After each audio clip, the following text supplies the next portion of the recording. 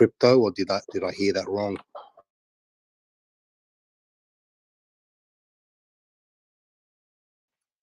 Yeah, it's poised to come in, according to this article. So that's all, hearsay. From where? Like, coming from where? It came from Forbes. Whose pocket? We don't know, but I've been saying that for like a few weeks now. I watched a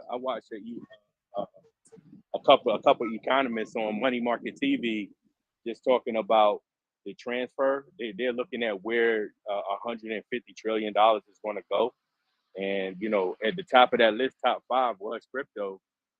Number 1 was the energy market, right? Of course, like green energy and things of that nature. Now they see a lot of wealth moving there. They see a lot of non-green energy such as Exxon putting green technology representatives on their board of directors to help steer the vision.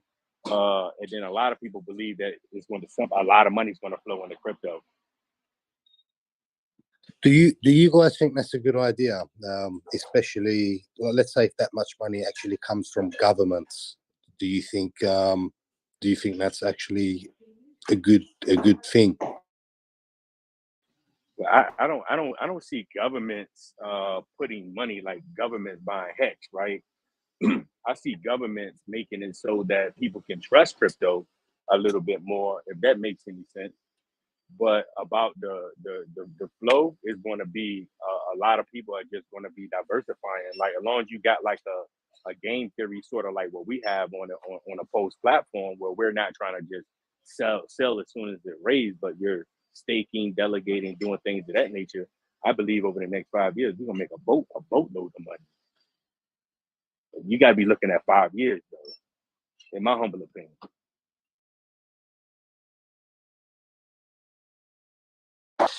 Yeah, I just think when there's massive whales that come in the equation, there's always going to be some kind of control and manipulation, a bit like centralized exchanges. Yeah, but where does money not manipulate, right? So I can't find one industry where somebody with a boatload of money can't influence something. Whether that's you're right. You're right, bro. Yeah. It's like a double-edged sword. Yeah, I say welcome to the game. For the first time, more people are going to become rich than just the normal people that become richer, right? So I look at it that way.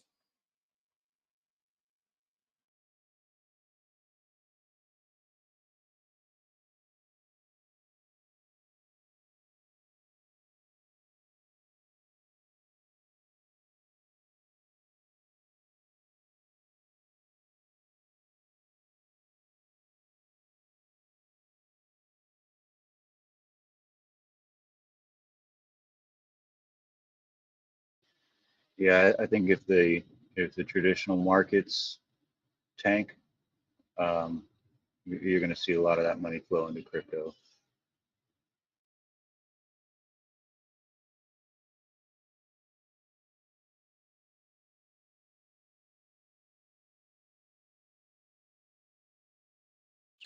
I was talking to a friend probably about 2 weeks ago, and he's very, very well connected, like in the financial world, like very well connected. He hates crypto, he hates Bitcoin, and obviously we have some good discussions about it. But he said to me, he goes, "Look, man, if like the financial system and the banking system, if they want to do one thing, it's to get rid of cryptocurrency, or to make sure that it does not interfere with what they are doing. So whatever they're doing, or whatever they plan on doing, it's not going to be good."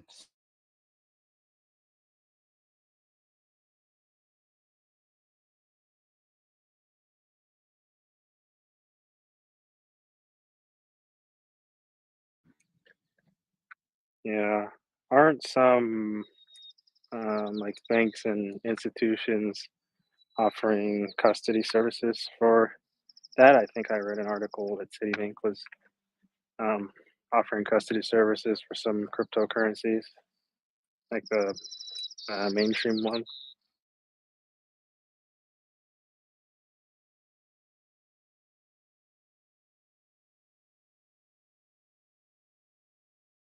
Yeah, I'm not sure, man. I don't know if it's all a part of the bigger picture. So getting individual banks on board, it might seem like a very good thing for us initially, but we don't know what the plan is 10 years down the line. If you know what I'm trying to say. Yeah, yeah. There's always a bigger picture in mind. They're always thinking, 10, 20 years ahead.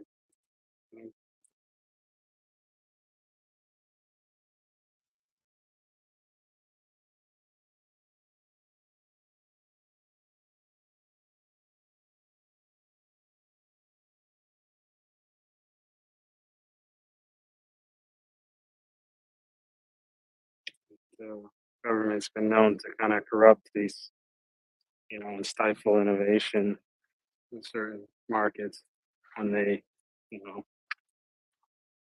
know, there was argument about and concern about overregulating the crypto industry because it could hurt innovation and prevent people from onboarding into the ecosystem. Yeah, but his argument was like it's just a made up digital nothing that people think there's a value to, and I was like, well, what's money then? What's fiat? What is a dollar bill? Like it's it's a printed piece of paper that society says it has value.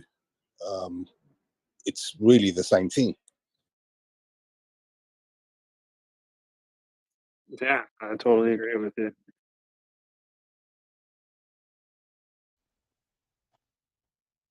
Yeah, and it's all backed by fiat. Fiat came in to make money. Now it's all sitting over in crypto, and it's a lot secure over there on a blockchain. I mean, it makes sense. I mean, when people say, "What is it?" It's not money. Well, didn't it take money to be put in to create this $1 trillion market?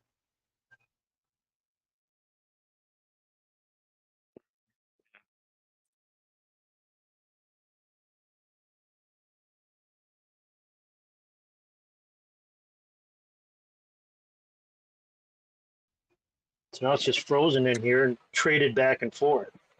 Yeah, Money. people that talk like that, I don't know if they understand a financial market. Like every market, it has to be it gotta have economic energy with it. But some people talk as if it just appeared magically out of the air, right? So I don't know if I listen to that too much.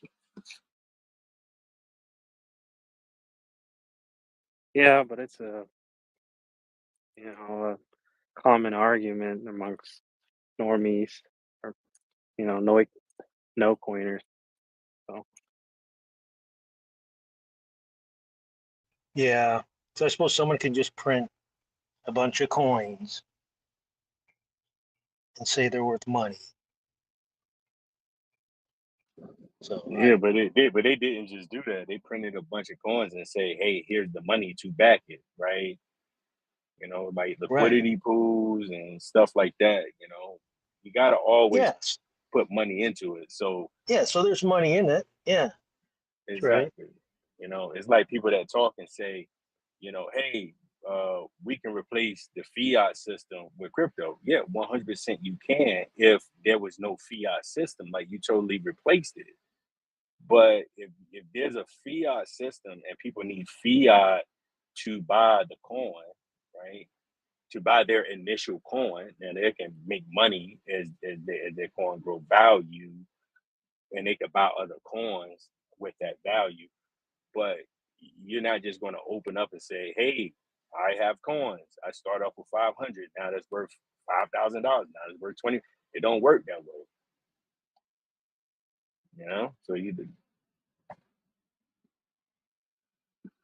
So there's a lot of people that talk kind of sideways, not really looking at the bigger picture, but not everybody can see a big picture.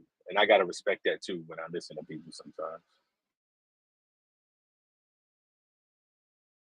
See, back in the day, obviously before money, you know, people used to trade gold and silver and coins. You know, that was the currency, and then money comes in the picture, and all of a sudden you've got a piece of paper that determines how much that paper is worth according to, like it was pegged to the gold. So you get your stored value by linking money or fiat to actual commodities like gold. That's why a lot of the big banks in the world, they hold massive massive amounts of gold. Then we associate crypto with the dollar because it's easy for us to like we know how much a coin is worth per dollar.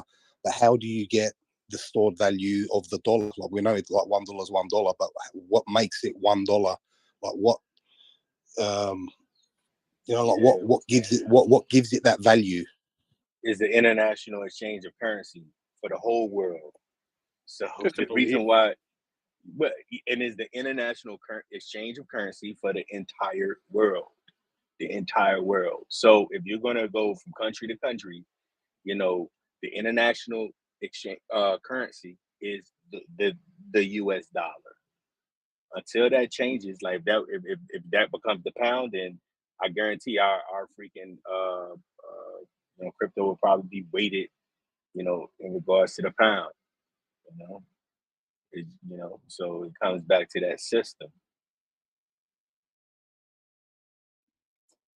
I think it's beginning to happen though, especially within our community, whereby we're beginning to value things in crypto. I mean, the code for Hex, for example, and when Pulse comes out and Bitcoin, like there's rules and regulations about how much that token inflates or deflates, and people are going to get drawn to that like solid situation whereby the dollar or gold or oil is so fluid and like unknowable. People eventually, I mean, we're in so early, but people eventually are going to turn to crypto and go, wait, this is the solid currency that we've all been wanting and looking for. And that's why it's so exciting to be here right now. Do you think we're gonna reach a stage in crypto where it's not just about, oh, how many X's can I get? Because I think that might be one of those things that we need to reach and in the future to have it be something other than just a speculative investment instrument, right? Yeah, I think that's what the CBDCs are setting out to do, is you know, to move it away from that and apply it as a way of, you know, replacing currency, Yeah, but it's a still with hefty all the bump same flaws.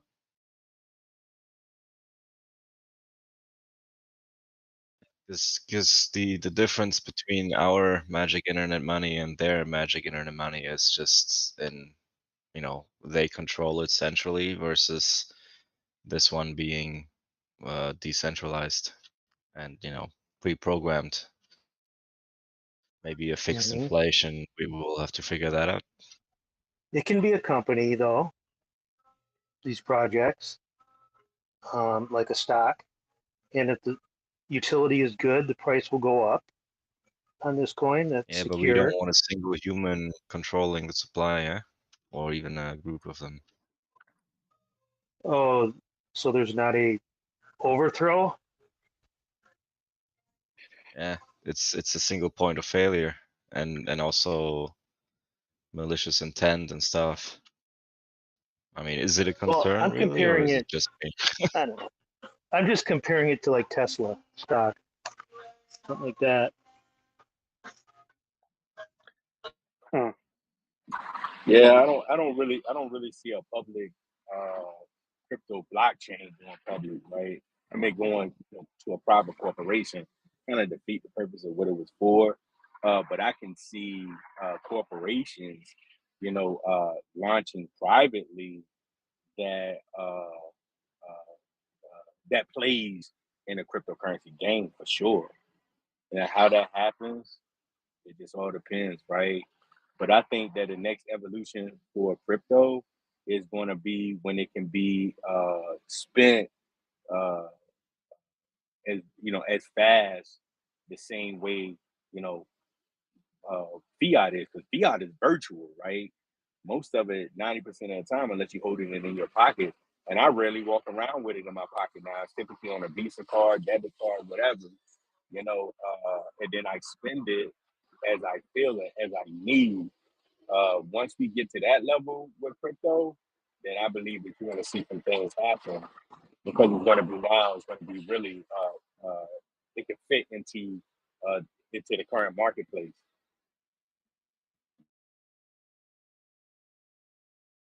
Or a DAO instead of a private club.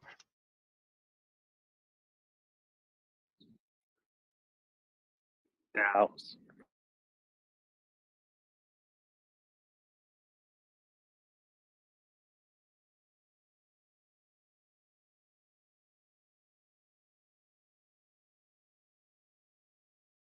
Yeah, I'm just making an argument that there still is X's to be made.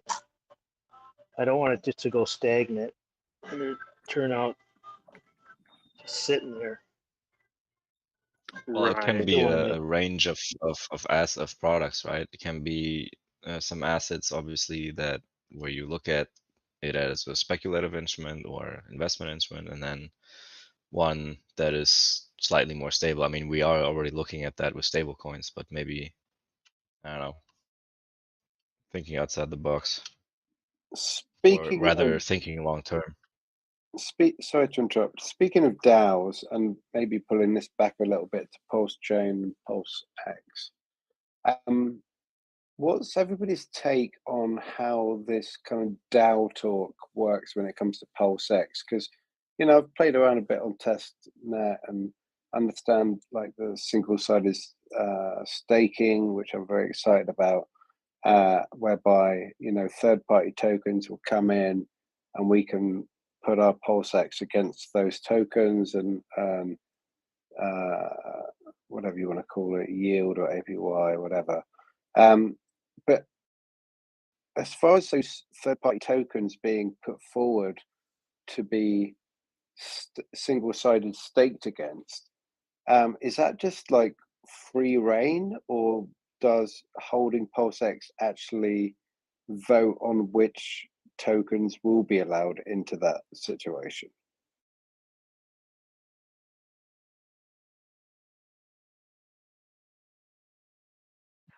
Yeah, and there's a little bit of unknown with that. So PulseX holders should be able to vote on what third parties really come on board. But what I would like to understand is the vote subject, or is it weighted by how many tokens you have, right? Because if you got like say 10 million tokens and somebody have like 500, should they have the same weight of a vote? If that makes any sense. So the way the voting power is determined, it's by the amount of PLSX you held at the block determined below when you're about to check your voting power. So PLSX is held at other places, do not contribute to other voting power. So say for instance, there's in your wallet 55,000, actually there's 400,000 PLSX LP tokens, and it gives you this wallet balance of a voting power of 447,000 tokens. So that's how it will work. So based on your wallet amount of PLSX that you're staking, that's how much your voting power is determined based on that proposal. Okay, thank you for explaining that. Am I right in understanding that process, procedure, situation has not yet been played out on testnet? Yeah, there's some proposals. Yeah, there's some proposals out there you can vote for. Okay, But cool. thank you for explaining. Yeah, definitely thank you for explaining that. And just so I understand, and I'm clear on it. So it's not how many you hold in your wallet, it's how many is staked at the time of that vote. Is that correct? Right, right. That is correct. Roger, Roger. Yeah, man, that's a pretty good DAO feature. I like that. And am I right in understanding that this won't start for maybe like a couple of weeks or 3 weeks after the launch of Pulsechain? I was told a few months, right?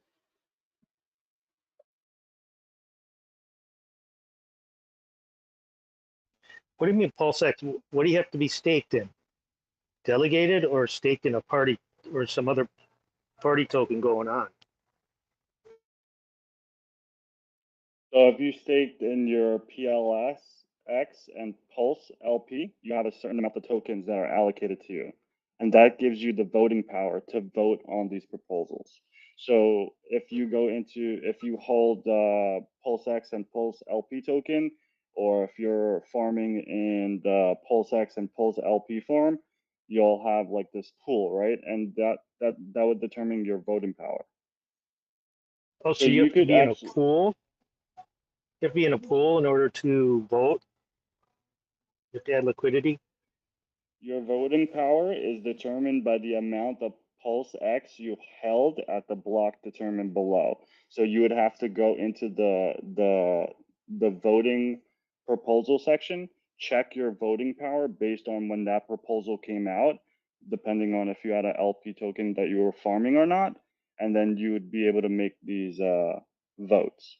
So it would determine based on every single wallet being different. So it's best if you just go in there and double check your voting power yourself. If you have Oh, none, mhm. it would show you like what block you held PLSX at, and then you could maybe go back to the PulseX Pulse LP pool, and or maybe you have to swap for that, provide liquidity, and then you'll be able to vote on projects. But am I right in thinking, say, every block is 13 seconds, or maybe less? 3 seconds. That how many? 3 seconds. Okay. So are you saying every 3 seconds that voting right or opportunity will be changing? Well, no, there's a duration time that you could put in your votes, right? So I'm looking at a proposal right now. Start date May 27th, and it's only going for 4 days. So you'll see that 4-day span in like what block it started, what block it's going to finish, and if you hold LP tokens within those blocks, you're able to vote on these proposals.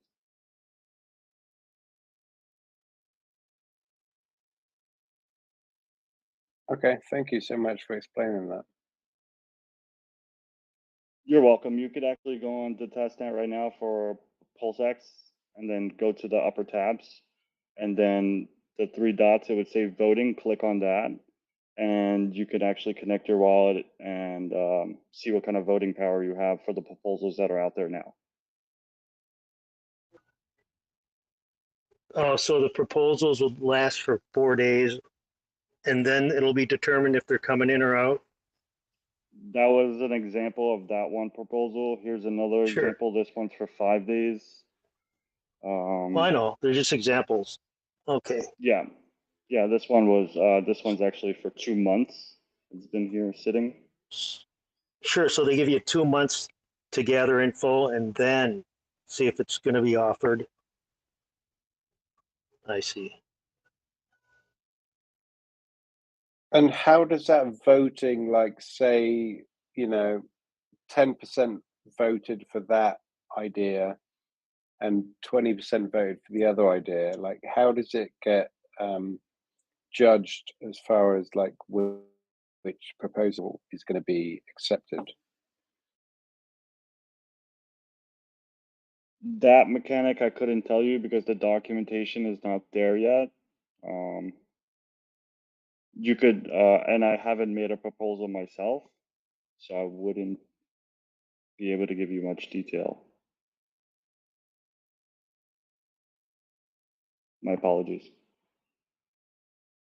No, it sounds like you know more than most of us, so we appreciate what you're giving us.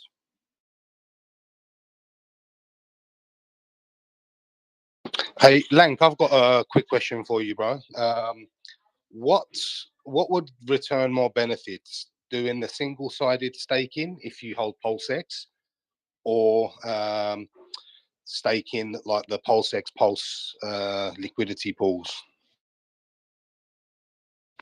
Apart from the voting like benefits, which really don't interest me anyway, to be honest. Yeah, in my opinion, if you're not sure about liquidity providing, then, that's not the route to go. Single-sided is the way to go. Low risk, low rewards. That's all I could say. Lower risk and lower reward. So you're saying providing Yeah, liquidity would give you return more rewards. but it's higher risk, right? Because you couldn't suffer a permanent loss, and if you're not really familiar, you may pull out your LP too early and then incur that impermanent loss. So it's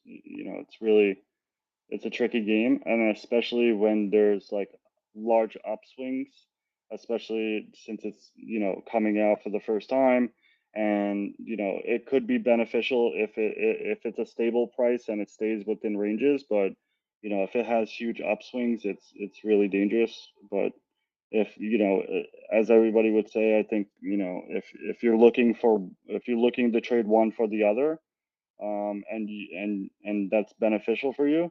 And if you think the market's going to swing where the token that you really really want to trade into, and you're willing to give up the other one, then that's where liquidity providing is beneficial. But you really have to understand how to set your trades and what you're doing. So I really don't like to um, liquidity provide at all. It's really tricky, um, in my opinion, unless you know what you're doing. Yeah, I like it for Got exit ya. strategy. Like an exit strategy, like if I'm holding PLS, but and I wanted to say exit in a stable coin, then it may be good to try to, transition that PLS to the stable coin without having to pay that swap fee. And that's if I even understand it correctly. It kind of makes sense a little bit in my head on why I would do it.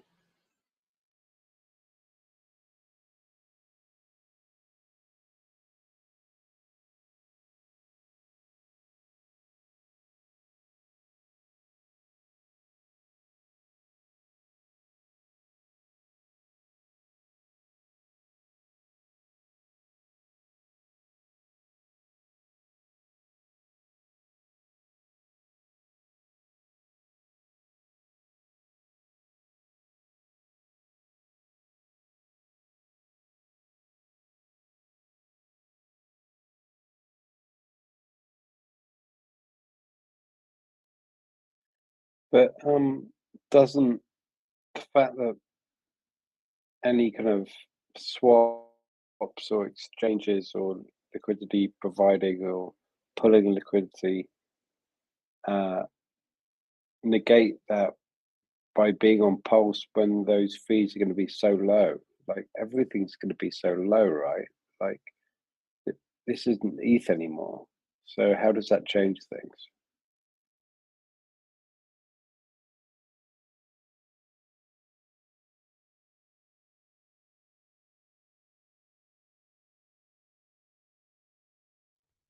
The native token is what we want to go up in these projects. This sounds like it's just small increments of subsequential revenue, whatever you call that. I don't think you're going to get rich, but hopefully the native token will slowly climb.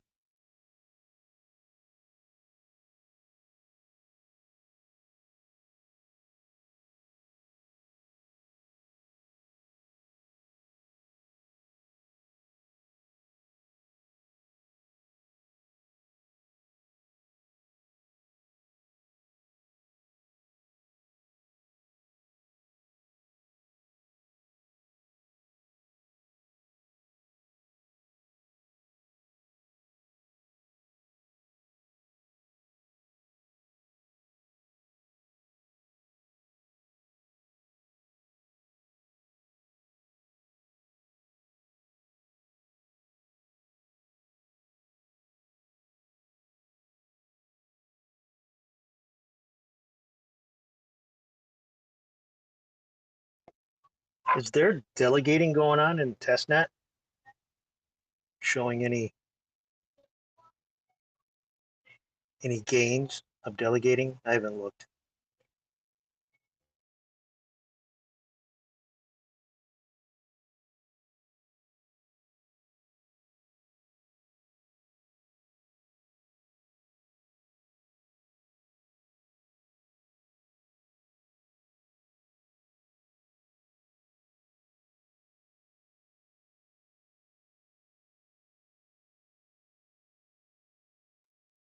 I mean, I delegated all of my Pulse on the testnet to validators, and it seems to be very low amounts of return there. But you know, there's an argument to be said, like go down the track 5-10 years and you'll look back at that return that you got and you'll be pretty damn happy with it.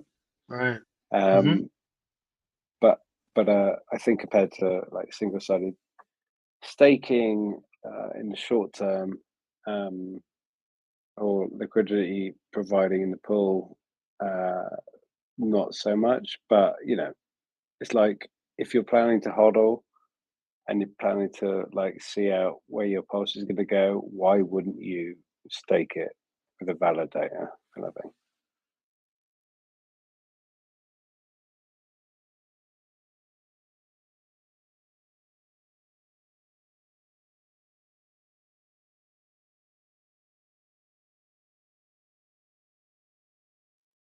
Like, unless you're planning to trade it, why wouldn't you do that?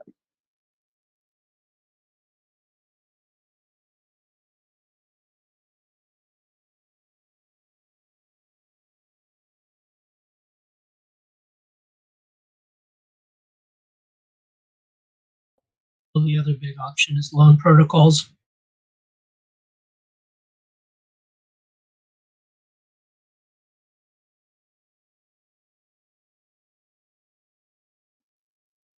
What do you mean spiffy-tastic? What are you talking about there? Can't talk about the specific projects, but I'm sure everybody knows what I'm referring to. But like you would put up your pulse in a loan protocol, mint stable coins.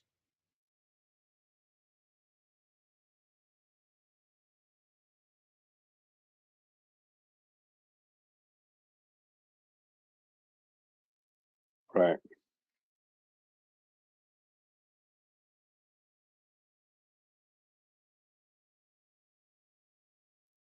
But the original idea doesn't involve any leverage.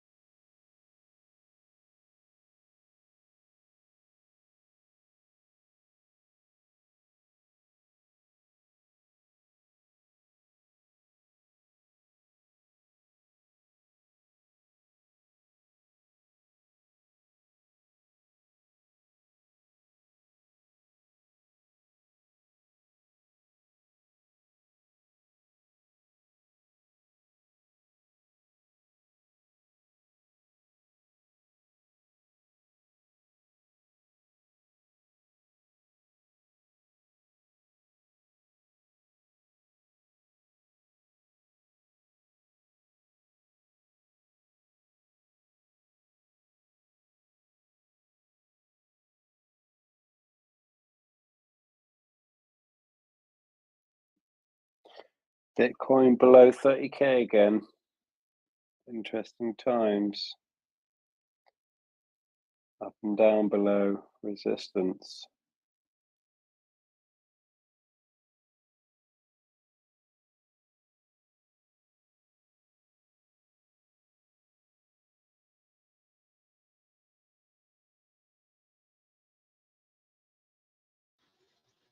Yeah, I think we're going to see a bottom in a couple of weeks, and then maybe again potentially in September.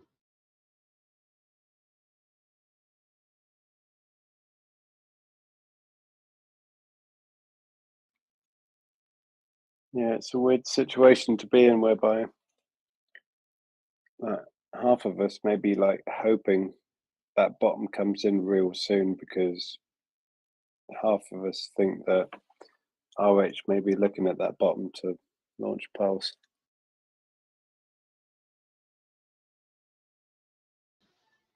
I think it'll factor in. I'm not sure if he's waiting,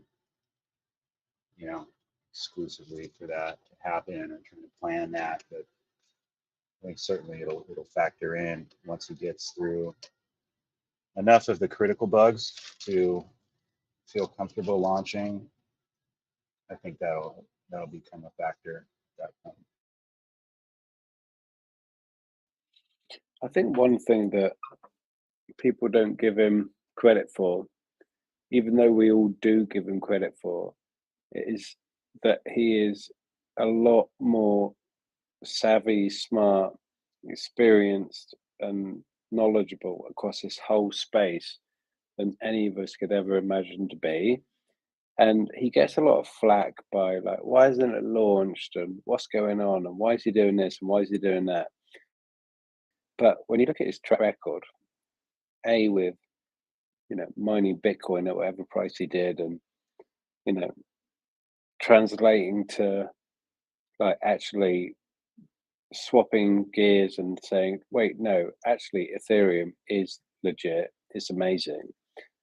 C, launching Hex, 100% uptime, perfect code, made multiple millionaires. Like, so many people want to fucking shit talk and trash talk him that he's made rich, but yet we're still second guessing him.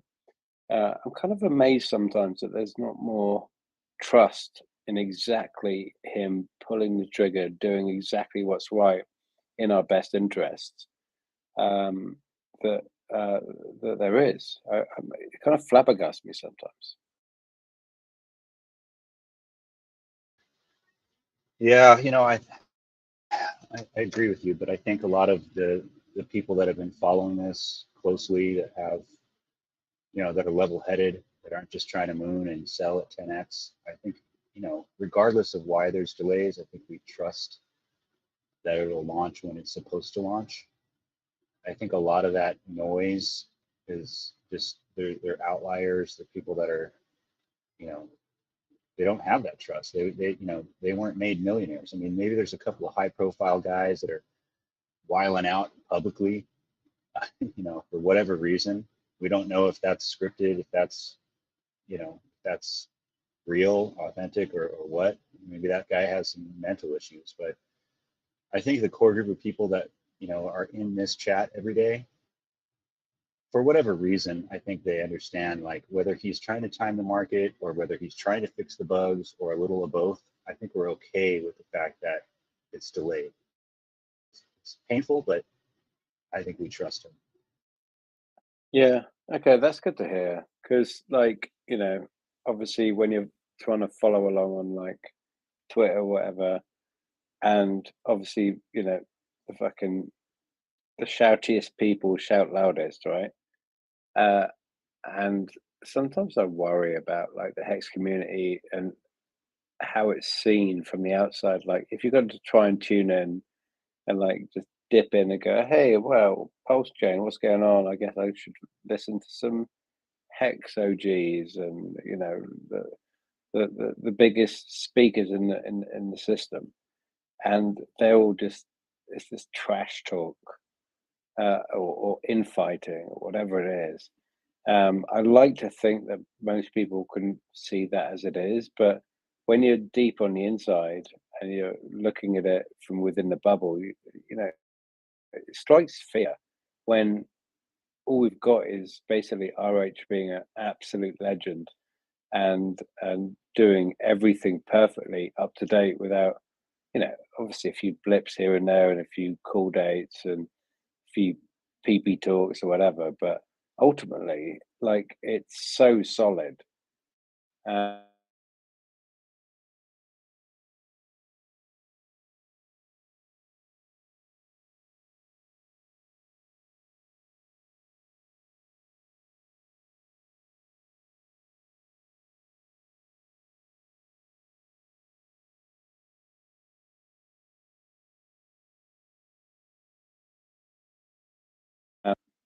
But yeah, my message is have faith. He's done it so far. We're all going to be very happy soon enough.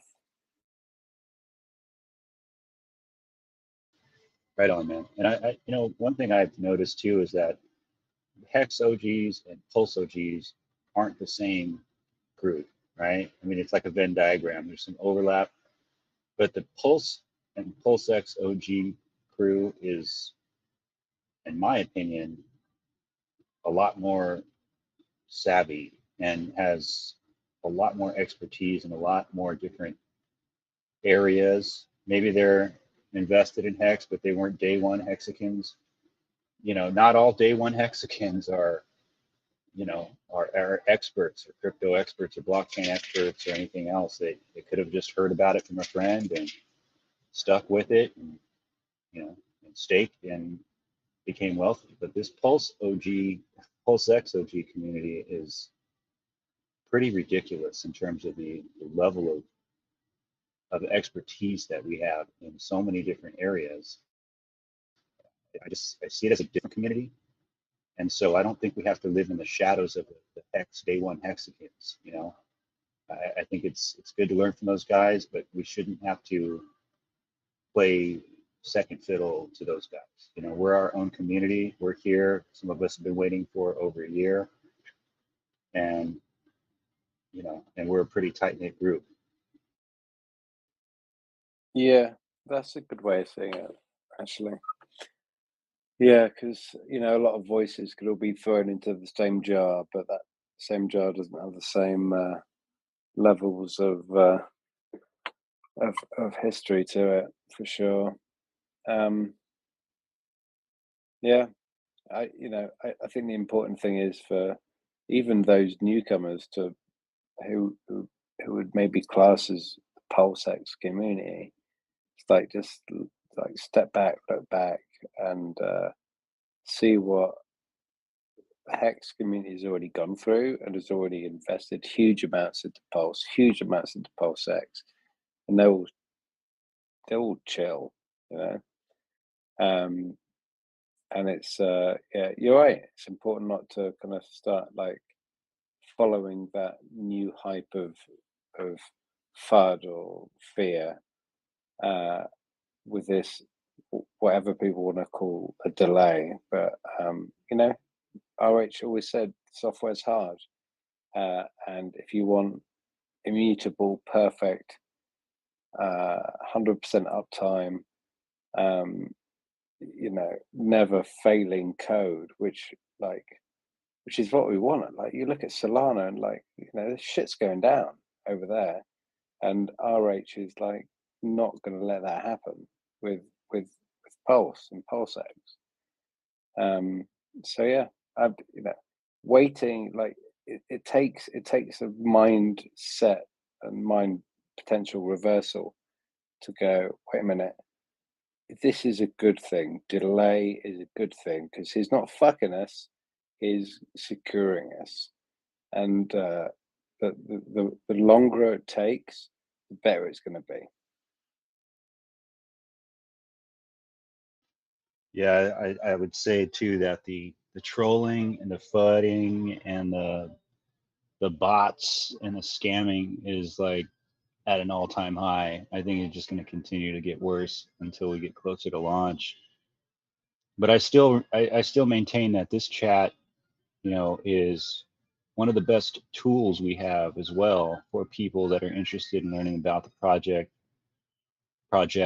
right? The ecosystem, maybe even onboarding people, is this chat. You don't have to take it all on your shoulders and, hard sell somebody into a corner.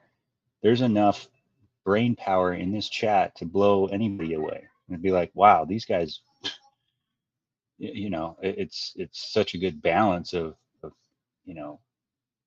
expertise, experience, what have you, about the project, about crypto in general, about markets, about economies, about currency, about whatever you want to talk about. We got people in here that basically know everything there is to know about it. So yeah, I use this group myself when I'm kind of like, and I wouldn't say doubt, but when I start thinking about like, man, well, when is this gonna, what are we really talking about here?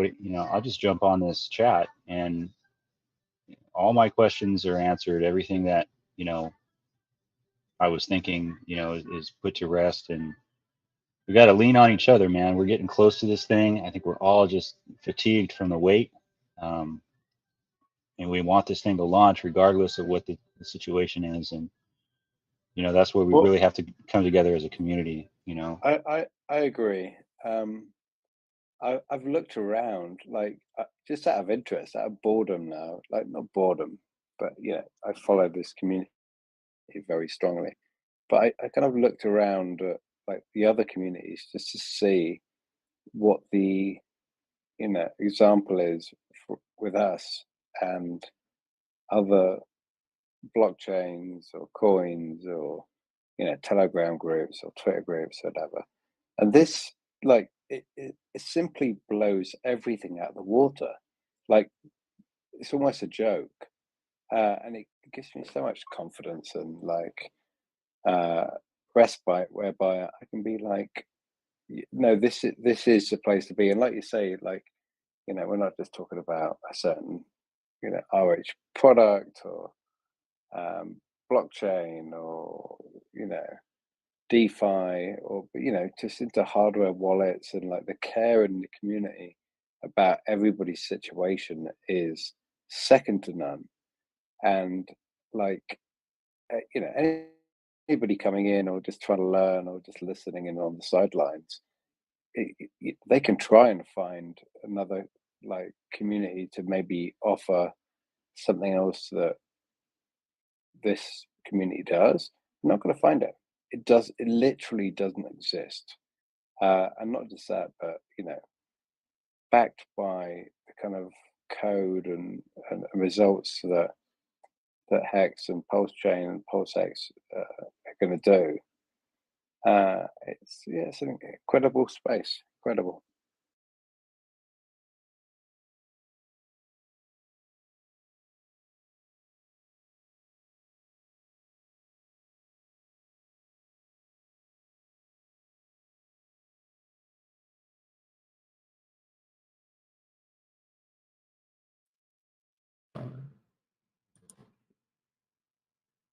Y'all hear me now?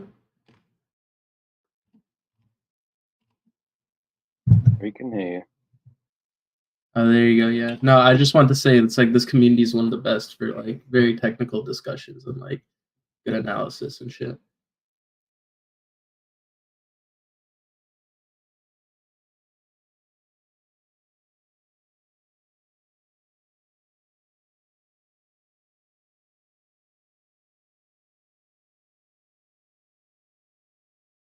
I was just wondering, what do you guys think of that? I posted a chart in the chat. It kind of just shows how crypto is going on like a linear uptrend throughout the whole entirety of it.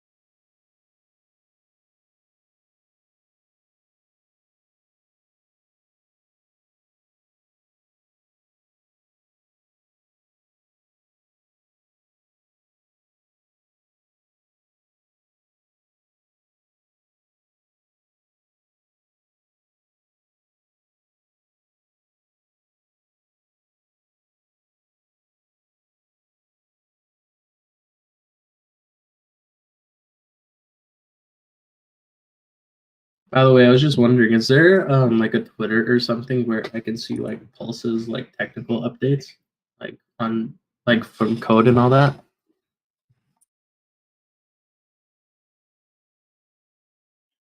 No, you wouldn't find that on Twitter. You'll find that on GitLab.com Yeah, they have like yeah. yeah. Okay. Yeah, I just wanted to like see if there's more of a mobile access to that, but all right, that works.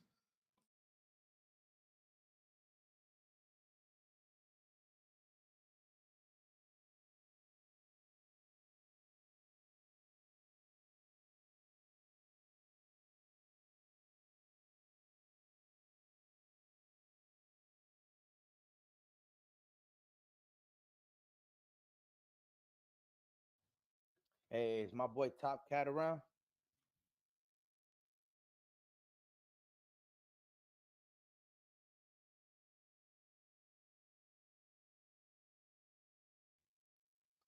I'm just wondering if Bitcoin has broken out of his channel, and is it now is now a bear market been confirmed? Because I think he said his channel was between 30,000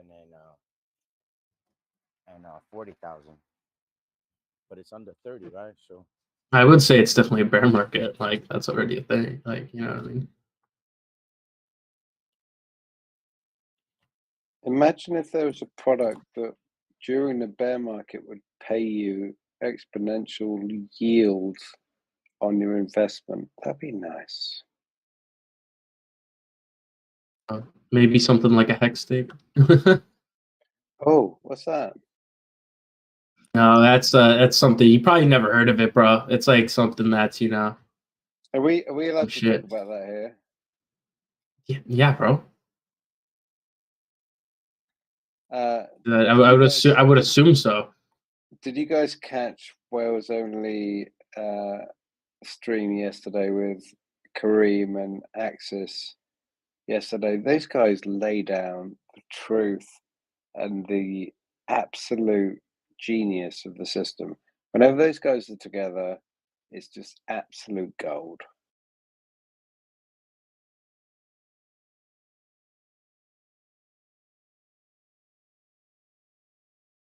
They were all hyped up naturally about the spike in share rate. But then Kareem gets into the DXY and the dollar and stuff, and like it's just magical. It's so nice to hear Kareem and Wales and Axis is a goat as well. And that used to be weekly on the Matty All In weekly show, which fell apart for certain reasons. But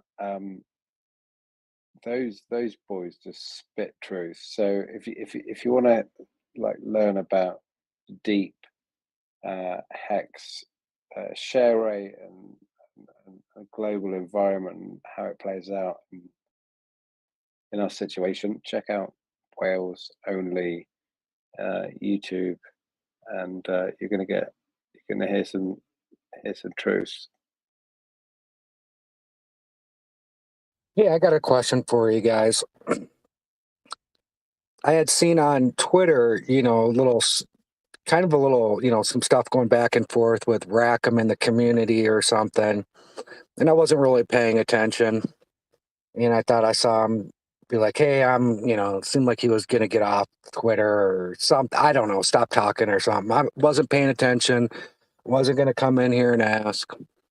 And then I saw some tweet. I think maybe in the last 24 hours that he said, "Oh, that was my bad. I made a mistake. It was my fault." So I'm just kind of curious. Just give me the short version of what happened, if you don't mind.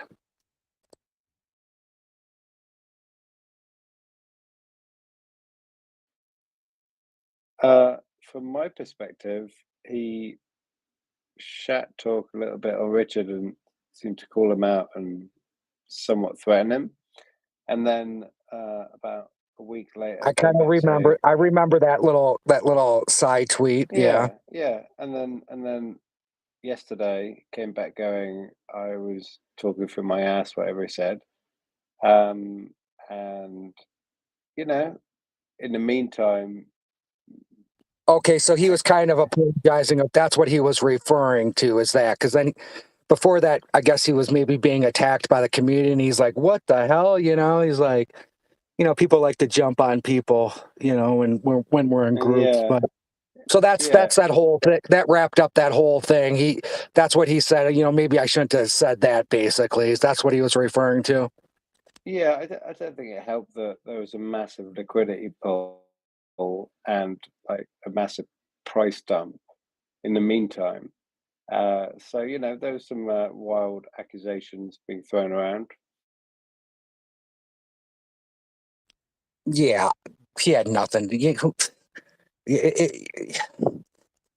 only thing about groups that suck is, you know, I've been a part of like the largest group, which is like the United States military.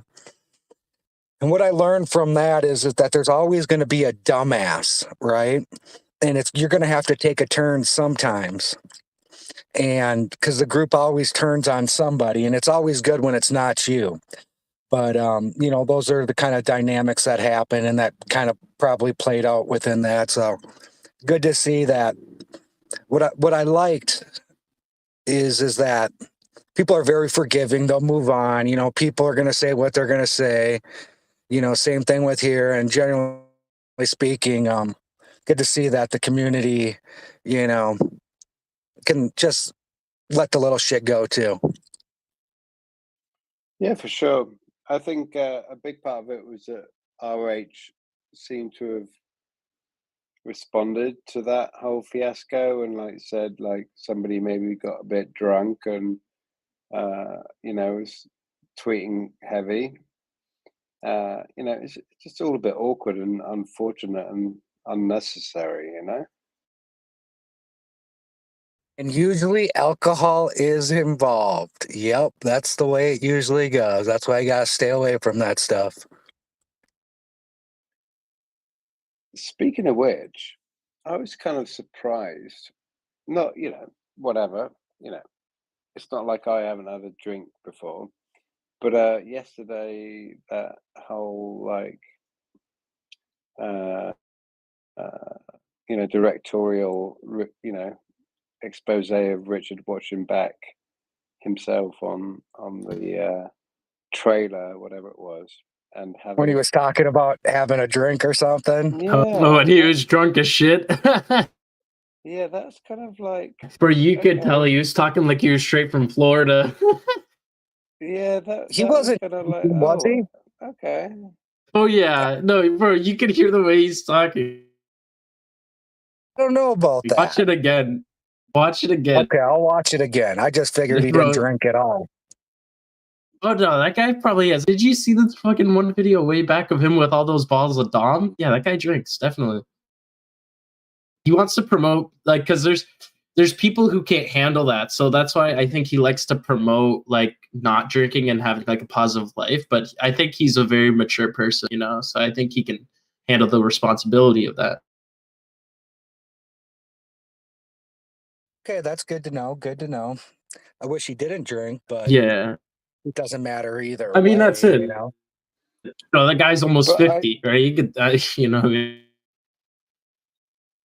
but in answer to your question, Benjamin, I think there's a lot of the community that hopes and wants Rackham to be solid and stable and backing us all where he used to do.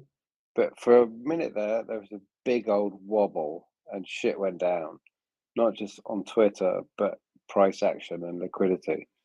And so there's a lot of questions and fear going on right now. And it just seemed to be a very unfortunate situation. I think about 95% of that could be just because we're in a down market, and those types of things happen like this. This is how it seems to always play out like that. Markets are super down. People get a little testy, heated, this and that. And, I don't see any concern. I mean, he seems like such a he seems like a very good person to have here and a great person. And, he's like anybody else, at times somebody can do all this good. And once they start, not acting like a saint, people jump on him. And that's, I would imagine, why he got pissed, right? Because he's like, hey, I've been doing all this shit, right? But, these are the things what happen when you're a part of a group and a community. And it's good to know that these things play out, to not take it too serious at times, and to give people leeway, and, just keep it moving forward. Yeah, the way I see it is this blowout could have happened at a worse time, as in, like, this is like a learning curve for everybody, and it could have been worse. Like, imagine if Pulse was coming out in, a couple of days, or has already been launched, and this kind of blowout and the reaction happened. Like, I'm kind of glad that this happened in a bit of a like downtime, you know. Well, I got news for you. They're going to keep on happening. We're human beings. These same dynamics, these same things will always, always play out.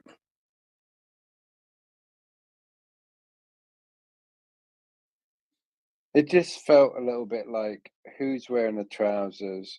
Oh, RH is wearing the trousers, and they're fucking sparkly.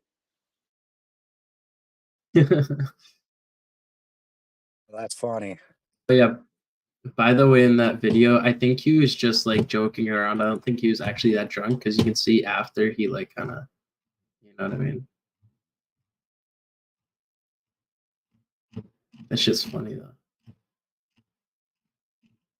But I think honestly, he's, you know what I mean? He's putting in the work, and he deserves to have that, free downtime, right?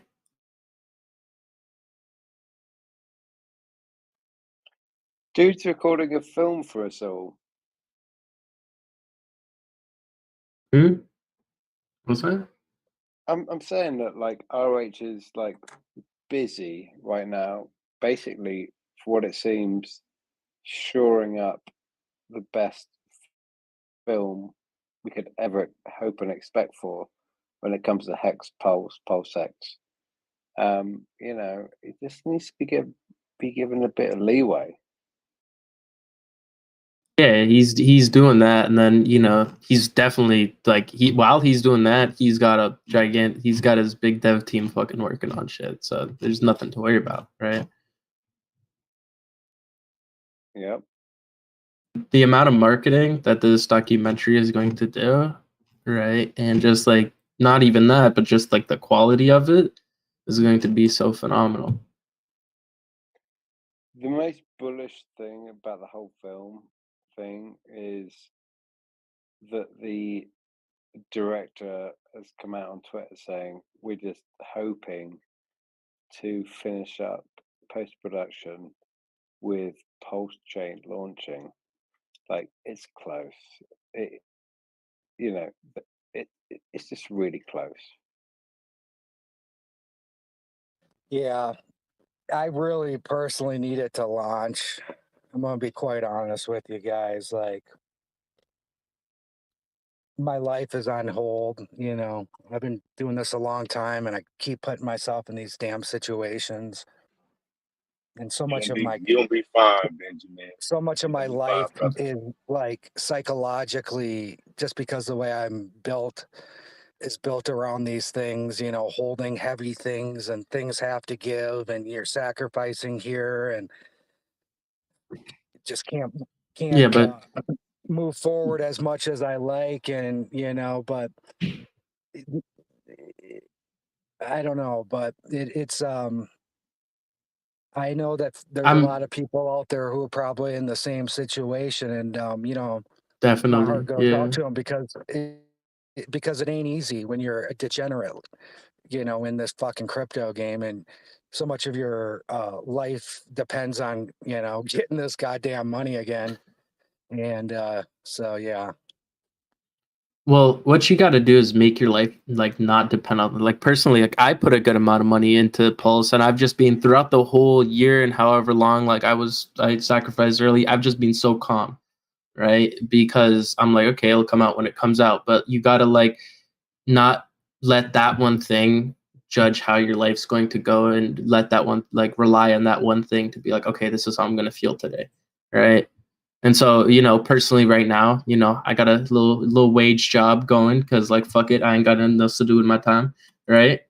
And then I'm just gonna wait till this shit come out, right? And Benjamin, man, hey, I would give you my perspective, brother, and I actually feel exactly where you're coming from, man. Guys like us don't know how to stop, right? But We Benjamin, still I in the wish ground I wish the best for you, gamble, though. whether the business, crypto, casino, yeah, whatever, man. A wise man once told me, man, is that the Lord gives you strength for today and hope for tomorrow. Just don't get those two things confused and just keep moving forward one day at a time, brother. Yeah. I want to give something to some people out there is, be careful of the situations that you jump in with carrying a heavy load and it having severe implications, because this can go, because of the way crypto goes in cycles. If you fuck up a cycle or two, you could be in that position for a very extended period of time. And no one gets into the situation thinking it's going to be like that. But anybody listening, you may or may not enter into that. And you can push through this, and, you can come out on top. It's just, it's see when you get that when you the thing why the reason why people who are already rich stay rich is because they take their money out earlier. They don't go for that second last X and try to double. They take their, 400% gain, 500% gain, and they move on. So I think that's what I'm going to. Well, that's always been the plan, but when it comes down to it, when you're trying to get squeezed that last X out of everything, and you're playing with more than you should be, and some shit happens, you can really mess it all up in one or two things, man. So just in closing, you can do it no matter what, and keep moving forward at all costs. But Benjamin, I'm sure you'd be the first to say never invest more than you can afford to lose, right? And like absolutely put your eggs in a basket if you haven't got that many eggs into a basket that could return ridiculously high yield, which some hexagons did, and maybe yourself did with Pulse, and when it comes out, I'm sure it's going to be great. But yes, the stress of not knowing when it's going to come out is painful. Yeah. But at the same time, like nobody should be putting a rent on the line, electricity bills on the line when it comes to this shit. It's just like a speculative investment into something that could return ridiculous yield. But at the same time, like, be careful. Yeah, definitely. You should like as you like, speaking of eggs in the basket analogy, as you get more eggs, that's when you want to put in different baskets, right? Because it's very hard to grow when you, or like say example $50 or $100, right? If you separate that into 10 baskets, $100, that's only $10 a basket, right? So that's not that much. Hey, fancy. Right? Hey, Yeah, what up? Hey, look, check it out, right? It's funny for me as an investor. It's funny for me and I'm a high risk investor all around the board, man. I want a tech company that ain't nobody raised capital in before, all of that, right? The high risk. It's funny to me to hear people invest in crypto and then talk conservative. Like, if you're a conservative investor, No, why the heck? Why are you in crypto? Like, crypto is the yeah, riskiest investment. Hey, it's super risky. So I understand exactly where Benjamin is coming from, man. Yeah, hey, as a real, hey, look, most of us are cut from the same cloth, man.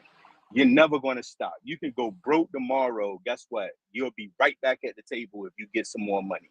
Because investing is just something that just brings a reward that's psychological, financial, all of that, right? It brings that award. And I love it. I love what I do. So I get it. You can be as conservative as you want to in this risky game, and then as soon as you lose all your money, guess what? It was the riskiest investment that you did. You can put a bag in there yeah. and then say you can put a bag in there and say, hey, I didn't put all my eggs in one bucket. I invested what I can afford to invest, and then everything crashes. You lose your job, and then all of a sudden, guess what, man? That was the worst investment that you ever made, and you couldn't afford to make that investment. Rich people sell money. They sell money. They buy debt for money. So they buy money, right? They're either buying money or they're selling money. That's what rich people do, bro. Period. But what I'm saying is like when you got $1,000 on the table versus $1 million on the table, you're gonna move different. You ain't moving the same as when you got 1,000. When you want It all 1,000, you try to come depends. up. It all All depends depends on the on person, though. it all depends on the table, right? So you can have $1 million on the Well, table. yeah, that's Every table got 4 legs, but do that $1 million take See, away one leg? what you guys are kind of one part that you need to understand. A part of that equation is it really doesn't matter if you have 1,000 or a million. If you're in the euphoria stage of it all, in the bubble, right? You think that's the easiest money to be had, okay? And that's why it's euphoria, and that's when the shit turns around.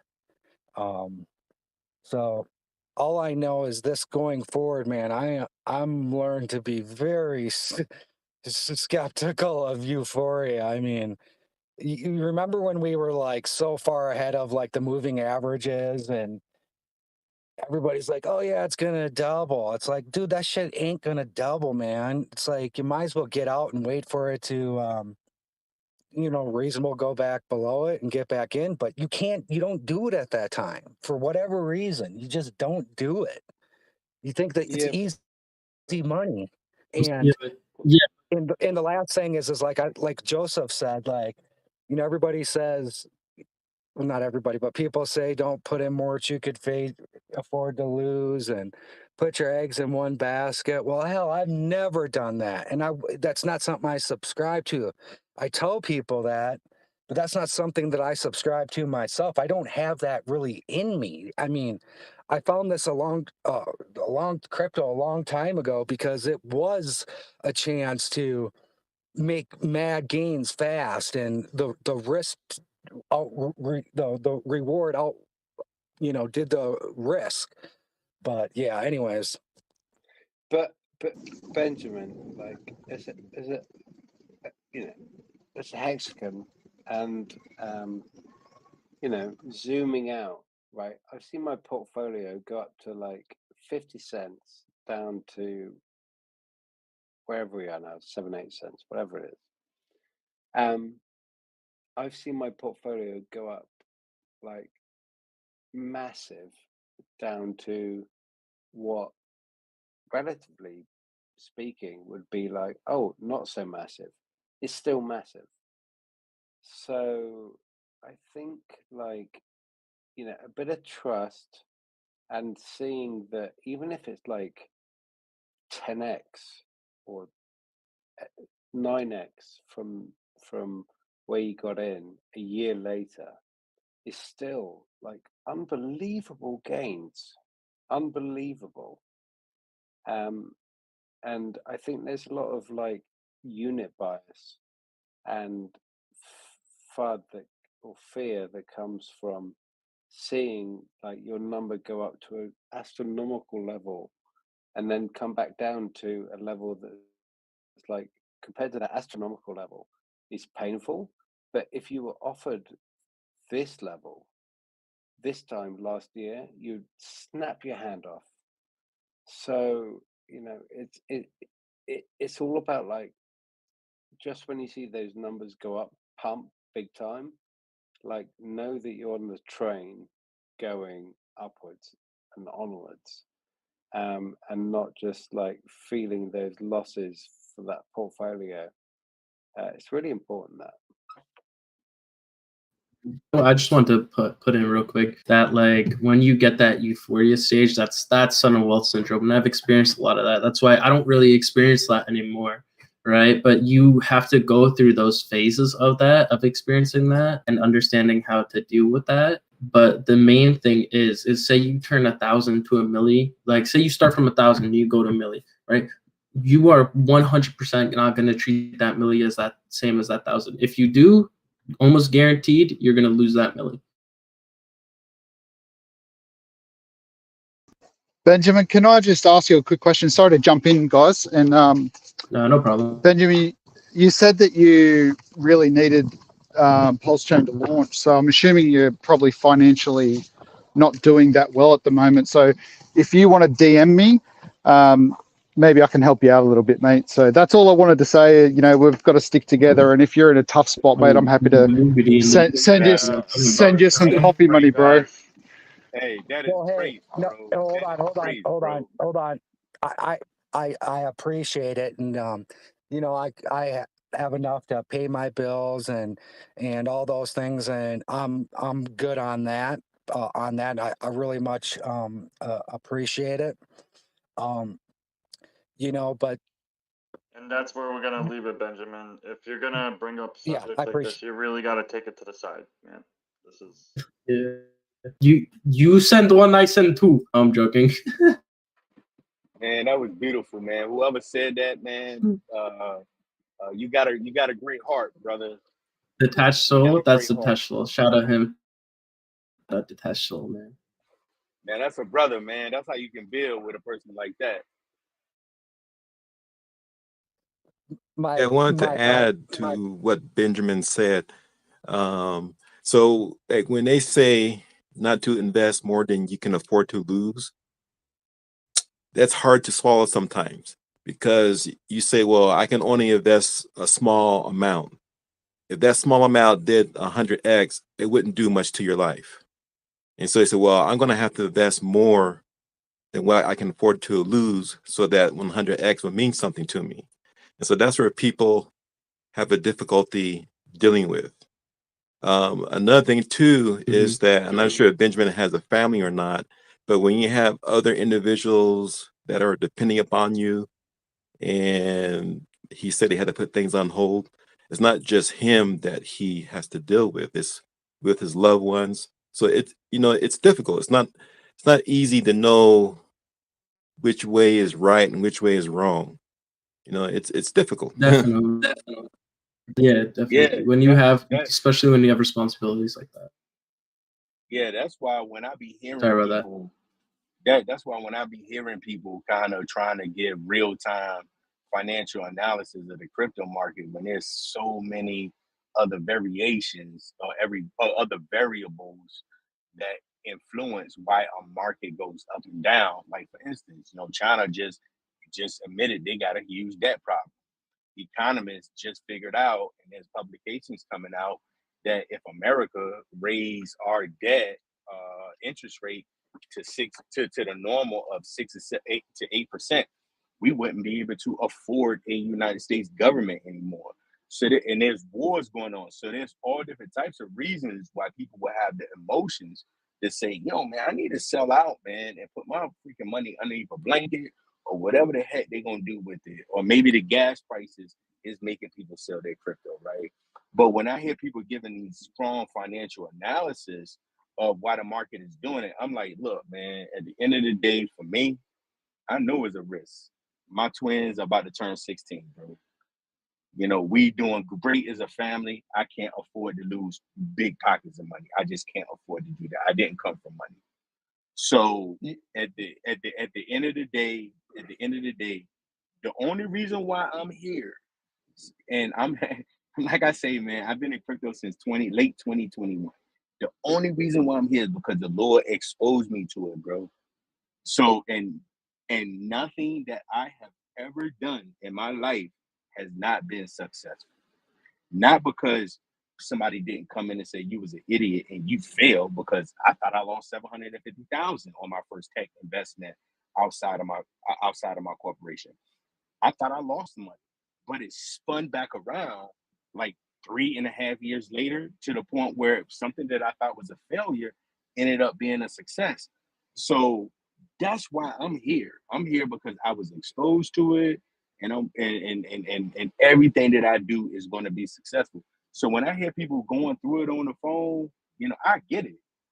What Benjamin did was real. You I guys, came in and say, I haven't, I I got haven't, investor burnout.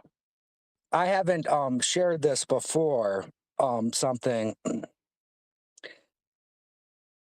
and I've been kind of waiting a little bit till I've got a really good life story, but I'm gonna share something with you guys because I know if it's like this for me, I know that it can play out in different ways for other people, and Amen. I want to Amen, brother. kind of tell you a little bit about myself. The reason why I've been so stressed, and people are like, they're like, "Hey, man, your story," they're like, "Your story don't make sense," kind of this or that, and blah blah blah. Well, I was forced into early retirement about 6 years ago, and I worked for the government in a couple different fashions, and I was like, "Damn, fuck, all right, I'll take early retirement." That meant I couldn't work anymore, or I lose my both of my retirements, and I was always good with that because I was like, "Shit, my main focus has been crypto, and I can make as much as I want on crypto." Okay. And that's, long-term taxes, and I can still get my retirement. So I haven't been able to work in 6 years. I thought the money was gonna, I did have a huge chunk, but I messed that up. And a lot of my life, I drove around a shitty car, all these things, because even though I could buy I could buy whatever car I wanted, but that I had that money invested, and like I've been having roommates, and I'm in my 40s, and like, I haven't had the perfect living situation. I got a better car now, but like I haven't dated because so much of my ego is around getting this money and my dreams, and because I know that it's there for me. So, and then I took on a bunch of debt. And so, you know, like stuck in so many fucking ways that I built myself into this box to get this money. And I never thought I would mess certain things up or it would take this long. But my point is to sharing this is that life has a lot of different situations that it can throw at you, and it can be very heavy. And in crypto, if you're going to be here and you're going to carry these heavy weights in life circumstances, you've got to be prepared to do it for a long time. And I definitely wouldn't recommend, I wouldn't recommend it. Like, in closing, like somebody could look at it and be like, "Dude, shut up, man. You're so lucky. You don't have to work. You got a super good retirement."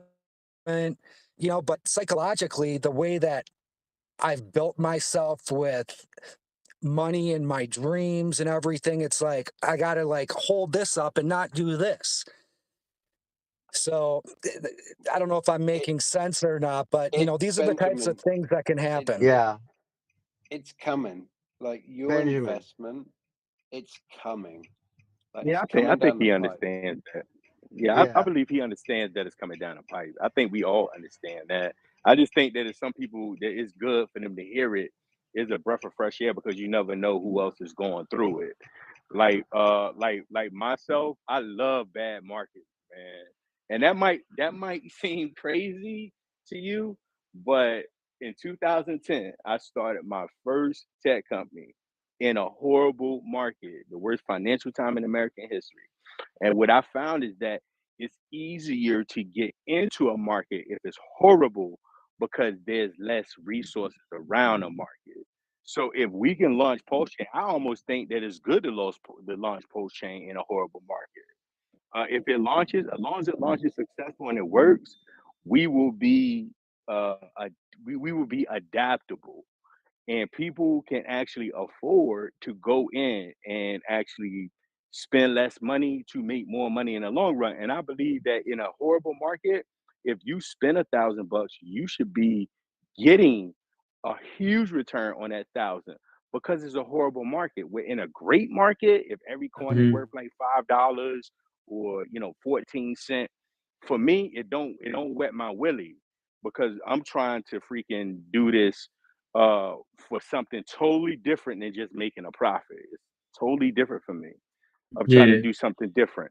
But that's just me, man. Like I tell everybody, man, these down markets, that's great. If you're trying to invest in a down market, that's even better. In a down market is the time to do an investment. You can get more land for your money, more house for your money. You can get more anything for your money. Yeah, Definitely. just Like, I meant. Sorry, guys. I was yeah, you listening. good. I'd like to chime in just real quick, and I really appreciate Benjamin's story and some of the other guys what they have to say because a lot of us are going through very very similar feelings, emotions, and issues. A lot of times we shoot ourselves in the foot and we make things worse for ourselves as we're learning. But yeah, when you have a lot of responsibility on your plate and a lot of people are depending on you, and you have them in a holding pattern because I got to wait for certain profits, it affects the whole family. And I think a lot of us can sympathize with what Benjamin is going through. I think I can't wait till we can all get together and share some of our stories and kind For of, sure. help each other out. But even talking like this helps a brother out, man. Because you're not the only one going through it. We're going through it with you, brother. And we all got each other's back, and I think that's why we're the best community out there right now in crypto. Yeah, definitely. But yeah, launching, like if we look at Hex, like I remember back with Hex when it launched and it immediately went down and under a Satoshi. All right, that shit was fucked. Right, no one think, oh, Hex was failed, right? And then you saw it build up. That same shit happens with Pulsechain. You know what I mean? I'm not saying it is, but if that same shit happens, that'd be amazing, right? Let everyone lose hope, but then you see in the end that shit works out.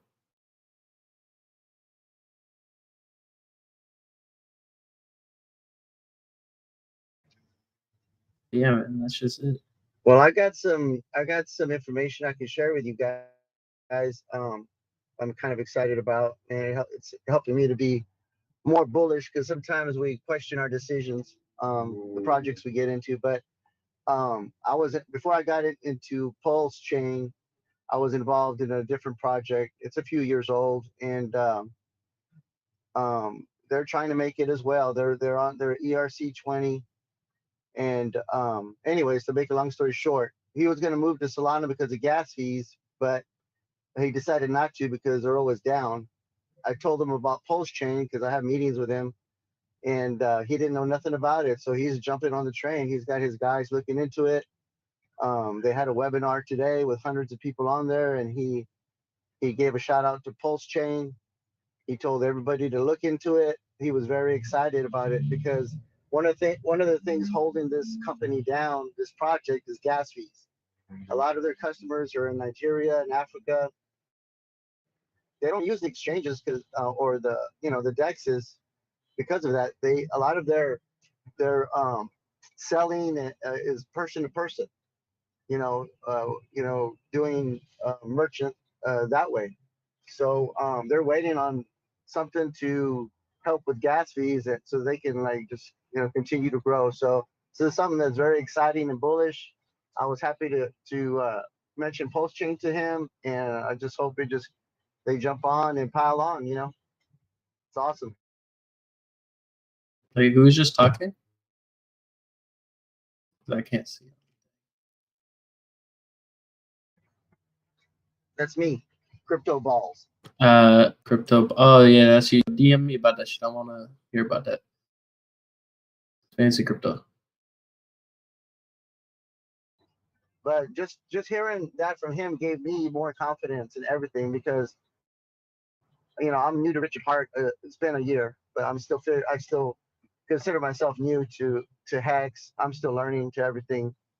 And when before you go all in on a project, you're not too sure about your decision. But when you get a vote of confidence like that from somebody you respect that has a project that's been around for 3 years, that just gives that much more credibility to what you're doing. Definitely. Yeah, I've been following Richard for just a bit now, like about 3 years, like right before Hex launched, I think. If that's about 3 years, I don't know. But yeah, and just from what I've seen from him and how I've seen him like grow and kind of change in a good way, is just amazing. But he's always kind of been on that positivity type stuff. Like I even show friends like his old like motivational videos, kind of like tells you what you should be doing with your life or how to make your life better. It definitely gives you a different outlook. So I'd always recommend watching his old videos, the top hat on.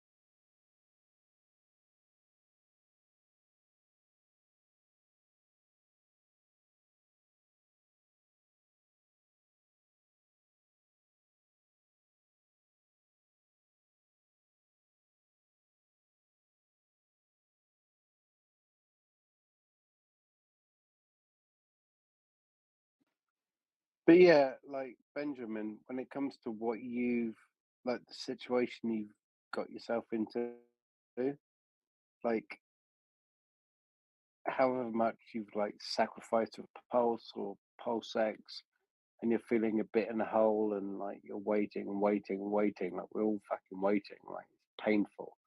But there's thousands of people that will snap your hand off for what you've done and invested in, and you're holding on to and dealing with whilst you're waiting. You, my friend, I know you are fucking in the hot seat. So just, like, there's nothing we can do about it, but you're an OG. So just, I know it's hard, but sit it out and the gains will come. Yeah, I just never thought. Well said. I never thought that it would take this long. I didn't think that I was capable of making a couple mistakes, critical mistakes. And then the good news is that I realized how fucking strong I am. And in order to be in this position anyways, I had to do a lot of things right to be able to access things and tools that I accumulated before I got to this point. So every day that you're in crypto and dealing with money, you're going to gain more tools. And the tools that you gain are going to be the most important thing along your journey because you're going to need to access those tools at different points of this game. So that's what I'm always looking for to how can I expand my tools? And the main tool is money. How can I get access to more money? There's not just money, but the bigger you get at this game, the more you're going to need free money. So, yeah.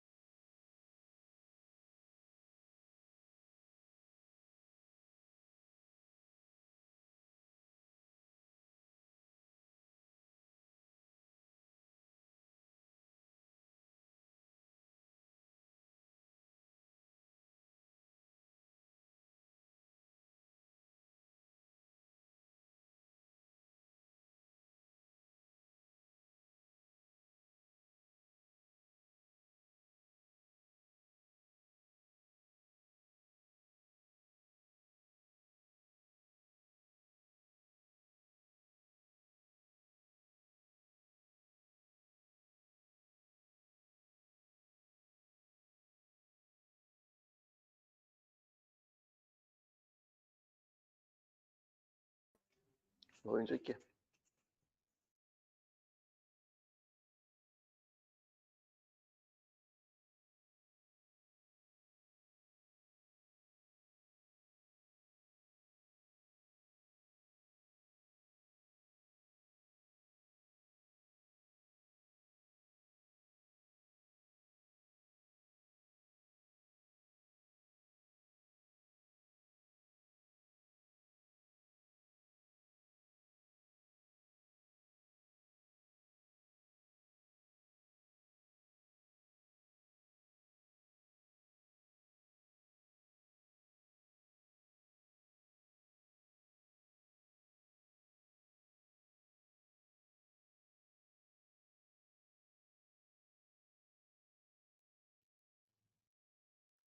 You know, I hear people say, "Don't invest what you can't afford to lose," which is funny. But Yeah, you that's know, funny. I went I went in pretty heavy on Pulsechain, and at the time, You I was like, you know, it's not a big deal. But a year later, you know, it kind of is a big deal. But I just have to remind myself that, you know, I I I did everything right. I seen an opportunity. I went heavy, and now it's just time. I'm, you know, I would, you know, when we invested, we were supposed to be launching in 2 months, three at the most. Now we're a year later. So I just have to keep telling myself that I did everything right. I'm in a good position. Like the guy said before, people would kill to be in my position. And I'm just inching my way closer to my destiny. And it's not my timing. Like I would like for it to happen yesterday or on May 15th, but it's not my timing, you know. So we just have to wait it out. And if we just uh, stay patient, I believe that that day will come when all of our expectations will be realized. So stick in there, Benjamin.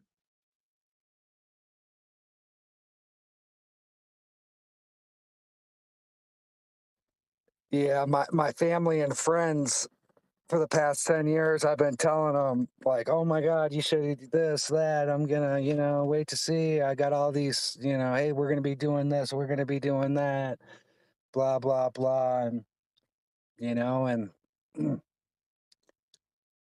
now with, this is just a bitch session, guys, not even a bitch session. Appreciate you guys listening. Y'all going through the same thing, and those same people in my life, a couple months ago, oh yeah, no, I'm in this great project. Oh, everything's gonna, and all this stuff I've been talking about. Yep, it's right around the corner, a couple weeks. Oh, next month, this, that. It's like, man, I can't even fucking bring myself to talk about it anymore, And like the people in my life, the one thing that I do feel bad about is that I didn't achieve my dream sooner, because there's a lot of people who, if I would have done better, would have probably taken the dive. Like I hear people like Mandalorian, whose family and friends, once you get a real good chunk of change, it's real easy to get people to come on board and help change their lives because they see it in you, you know. But unfortunately, my family and friends have just heard the same fucking story over and over. They don't understand the implications, the details, the twists, the turns, but I'm not upset about that. I know this shit's going to happen. I'm 100%. I know it's just a matter of time. So anybody listening, I'm not here. Like, it's in my mind, it's a done deal.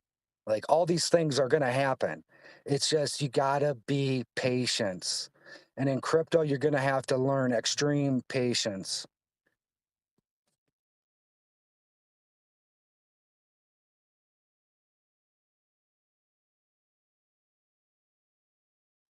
Yeah, I know. For Yeah. me, I'm I'm looking at it like I'm learning so much doing this because, like with with the market being down, with Hex being down so far, I realized that the only time to buy is when the market is at this level, when you're 80% off the all-time high.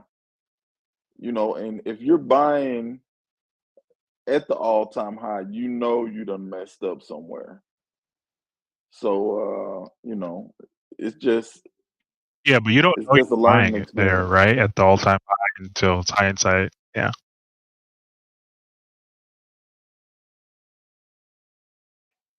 Right. You don't know until it's hindsight, but you know when it's a dip of 80%. So Right, and that's comes after the fact, after it's already done 80%. So, and it could, there's nothing stopping it from dipping another 80% or 90%, but you're not buying the all-time high, which I guess you can feel better about, but nothing saying that it can't go lower.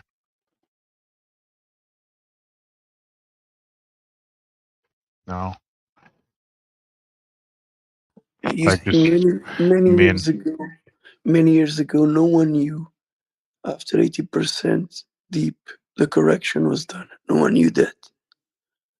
The difference is yeah, the you don't. difference now It's is all hindsight. the difference is now everybody thinks that 80% down is when it's over the correction because that's what happened before. The difference is when this happened before, people didn't know it was over. That's why it was extreme panic at 80%. Now is a lot of hope at 80% because people think it's over because it's over before. So the extreme panic is still far from here. Yeah, I don't think the market is seeing capitulation yet. And that was 80% for the blue chip tokens like Bitcoin, right? That's 84%. Ethereum did 95% from all time high, and all the altcoins did 99%. So, I mean, if anything that I took away from the Luna crash, it's that even though it's dipped 99%, it can still do 99%. And even if it dips 99% after that, it can still dip another 99%, So there's no bottoms to these things and there's no tops to them. So it's very risky, this space, like someone was saying, like um the whole risk which you can afford.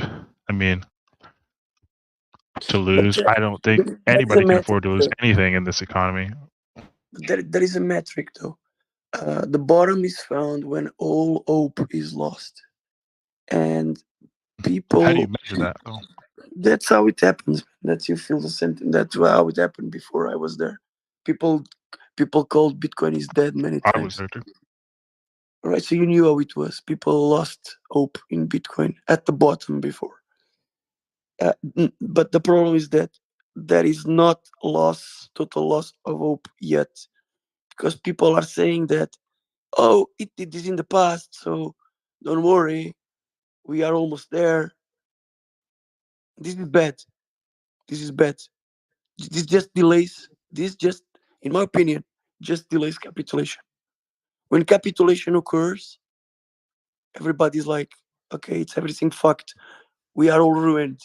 We are very stupid. We believed in this space. We are just dumb. When this happens, then capitulation is there. But if you are seeing the most of the people saying, "Oh, we are almost at 90%, so then it will rebound soon." No, this is far from capitulation. Real capitulation, you believe you are lost. But Top Cat, you're right. I remember when it went from 20,000 to 3,000. And to me, it seemed like the run up to 20,000, that was the first time that the mass media started pushing Bitcoin. And it brought in a lot of retail investors. But now I believe that it's a lot of institutional investors in there that's kind of more savvy then the first run up to 20,000, then it crashed back down to 3,000. And like you're saying, it happened. It seemed like in about a month, it went from 20,000 down to 3,000. I mean, it went straight down, not like Yeah, went to 6. 60,000 where it kind of But hovers at but 30,000, goes back up to 40,000, but and read comes back but you down. must that's fine. But you must read well what I want to say. The capitulation this time doesn't mean that it will go down eternally, going down like 99%, 99.9%. No, that's not what I mean by capitulation. Capitulation, the loss of hope in this case. Let's talk about Bitcoin, which I don't believe will break the 30,000. So if I don't believe that Bitcoin breaks 30,000, how can I call capitulation for Bitcoin then? And how can I say that capitulation is far from happening if 1 hour ago I said it's not breaking 30,000? How can I say now that it's far from happening? It's simple. It's not about deeping, it's about taking ages. Taking ages. And what I mean, imagine that 1 year from now, Bitcoin is at 27.5. People will lose Oh hope. man, yeah. Understand? This is kind of capitulation this time might have a different structure, taking ages to go back Just going again to sideways, right? 35. Yes, sideways in a very long, boring, exhausting process. That's what may happen.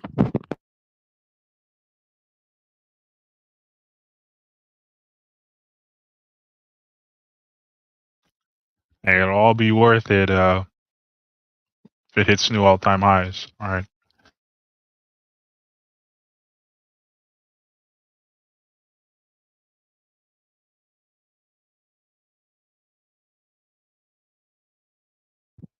Then there will be other assets and other investments that people will see having higher returns, and capitulation will happen. Like, why have my money parked in Bitcoin when a lot of other opportunities start to happen around me and I could have my money invested there? And people will just give up. And then that's when Bitcoin will go back to the climbing's direction to 100,000. And maybe we'll see even 300,000 and 500,000. And you will eventually see 1 million after that.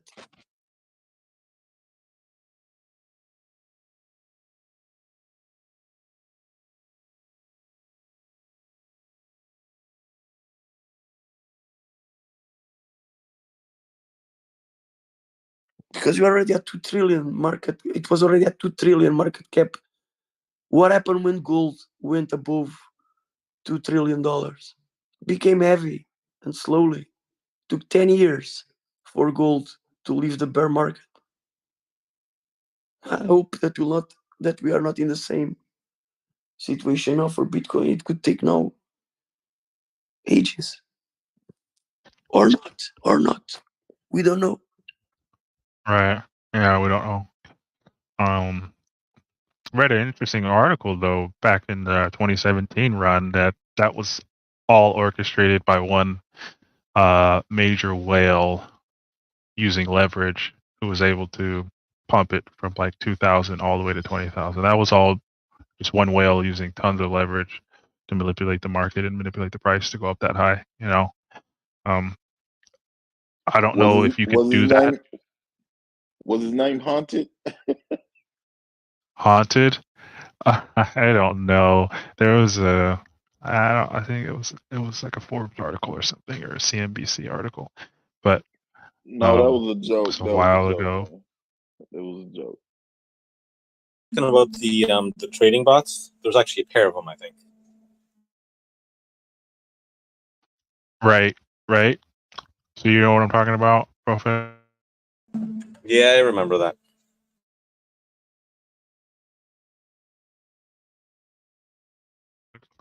I mean, could they not do that at any moment? Like, could a couple whales not just manipulate price upward or downward? I mean, and just melt people's faces off and just go to 200K in like 6 months from here.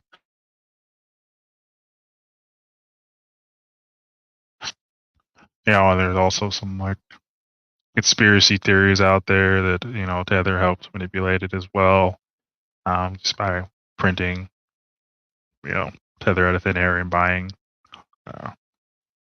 BTC. I was listening to Michael Saylor. He had a live stream, and he said that you have to be in the market because all of the gains will happen in 1 or 2 days. So if you miss those 1 or 2 days, then you won't see any of the gains. Yeah, one thing that I learned is to expect the unexpected.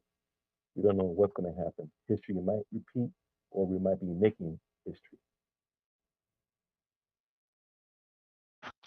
Yeah, I mean, we're making history every day. Buying and selling.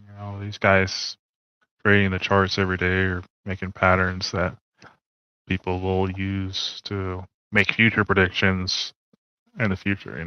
But by then, maybe the game will have changed and strategies won't work.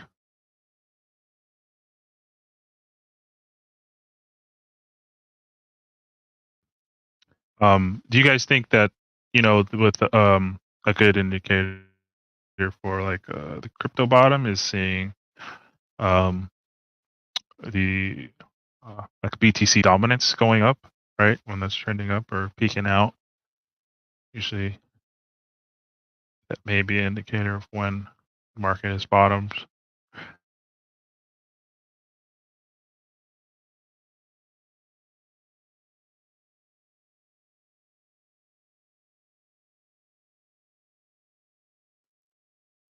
I think we're pretty close to a bottom. We gotta be. I mean, like, what, we're gonna go to below 1 cent hex? I don't think we're gonna go that low. Well, we're at 6 cents now, but I seen hex just kind of hang around below 1 cent for a year, and then it went from 1 cent to 50 cents in 2 months. So I think that's how it'll happen again. We'll just hover around and then it'll take off. Yeah, one thing that concerns me is that right now the crypto market is falling too closely to the equity market. So if it's not doing well, normally it drains it or takes the air out of the crypto market. So if the equity market is doing poorly, I don't expect too much to happen with the crypto market.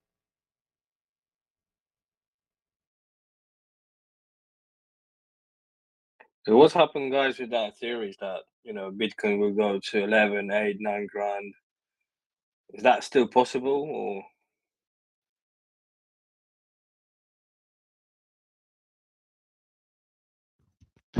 I mean, here's I guess my philosophy behind all of these tokens is that every smart contract and token works, no matter what the price is, right? Bitcoin could be at $1 or it could be at 100,000. It works exactly the same. All this price movement is it's just completely speculative. So I don't see why the price can't go lower, and I don't see why you can't make a new all-time high, in the same time period.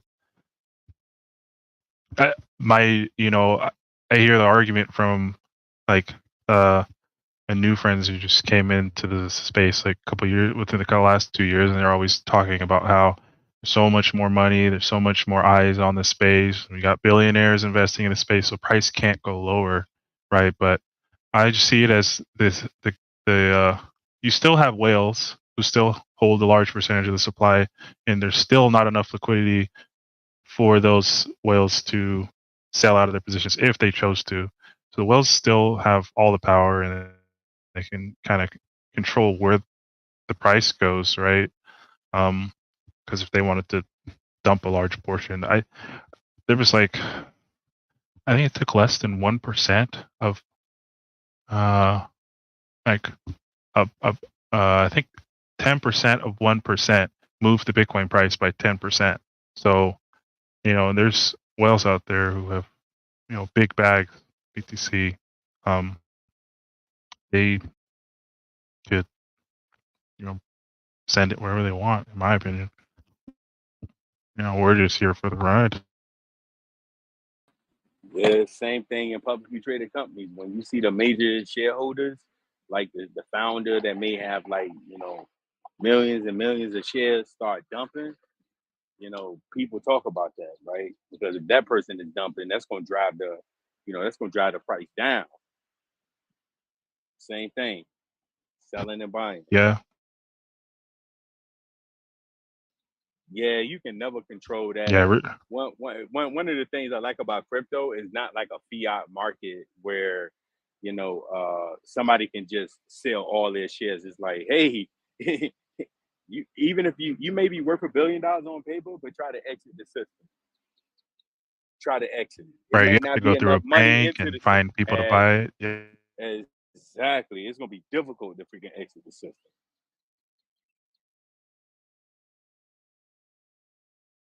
Yeah. Top Cut, I just heard you. Here, it's Wild West. Sorry. Go for it, man. Go for it. No, go for it. I jump it. Sorry. Go for it. Hey, Top Cat, you still there? Yeah, I'm here, man. What's happening to your voice, brother? Yeah, I got sick this. there. Oh, I got it's not monkey flu, not something like this. But I'm already fine. It was like 2 days with fever, and now just this sexy voice, which I like. Yeah, sounds Hey, good. Top Cat, what do you Sounds think good. about how does your drawing look these days for the bowl that you drew for us about a? Say again. What do you mean? Where do you think we? Sorry, I can't listen to you.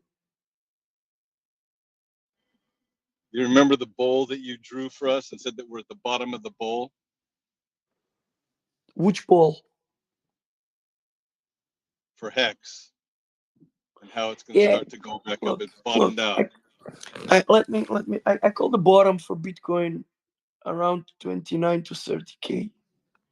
I said it wasn't possible to go lower than that because there is a parallel economy that runs, and it works like an elastic that you cannot just stretch it farther than this price, because Bitcoin works as a transport of value in an economy that is used to money laundering, buy drugs, to store value, to send money to families. There are a lot of utility purposes. A lot of people use the Bitcoin network and uses this utility. And the Bitcoin as a unit of transport of value, the price, if the price shrinks, the volume needs to increase. Is exactly the same like the electricity. I don't know if you are familiar with electricity. If you have the same current and you go more high in voltage, you go down in amperage, right? So or for example, when you have water running in a pipe, if the pipe is narrower, the speed in the pipe must be faster in order to transport the same quantity of water. So with money is the same. If the unit of transport of value is the Bitcoin, it gets smaller, then the volume must be higher in order to satisfy the requirements of this parallel economy. Now, if the price of Bitcoin would go below 30,000, the volume had to go up enormously, right?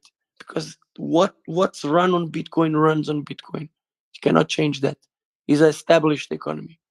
And that's why I don't believe that Bitcoin can go much lower. And if it happens that Bitcoin actually goes lower than 29, 28,000, you will see a spike on volume.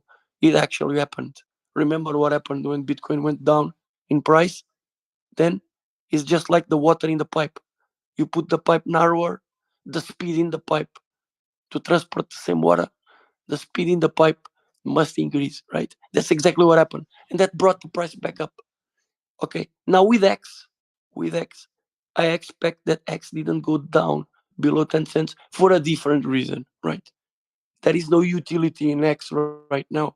People don't use X to launder money. People don't use X to buy drugs. People don't use X to do whatever they do, right? It's not used for this so far. Yeah, Maybe, but right?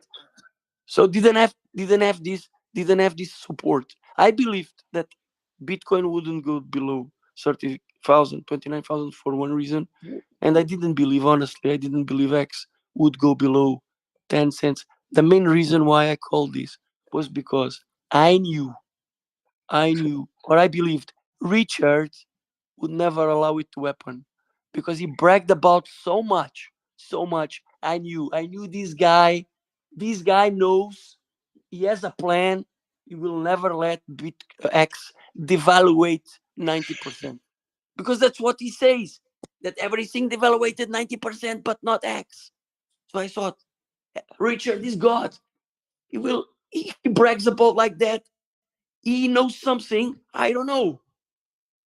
Well, now I know he knew shit, right? He knew shit. He was just bragging about. So I'm sorry, I was stupid. I was wrong. For X, I was wrong.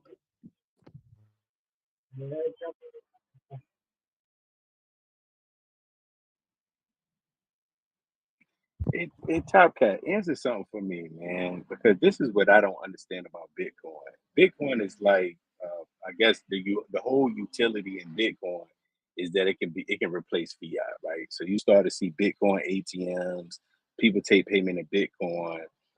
That's the only value in it. So I kind of find it hard to believe that it would ever hold the value. It's almost like it's meant to be a stable coin, but it's not utilized as a stable coin. Oh, I'm sorry, it's not developed on a stable coin protocol. It kind of go ups and down, right? I wouldn't compare Hex to Bitcoin because Hex is not trying to be a currency outside of the public blockchain, right? It can go up in value, but you're gonna switch that over and then exit from the system, whether that's Ethereum, whether that's stable coin, or whatever the case may be. I'm just trying to wrap my head around. It's almost like if I was to invest in, I can almost compare Bitcoin to the American dollar, right? It's like, how would I believe that we all buy up dollars and then those dollars turn into worth more than dollars and not expect it to go down tremendously when people start exiting from the system, like people call in that cash, that Because people value. don't know other money. Doesn't matter. People in the currency region don't know other money. That's why it doesn't go down. What? Why a coffee in America? I don't know how much. Nah, Let me guess. Why a coffee in nah, I'm America just talking costs about, $4?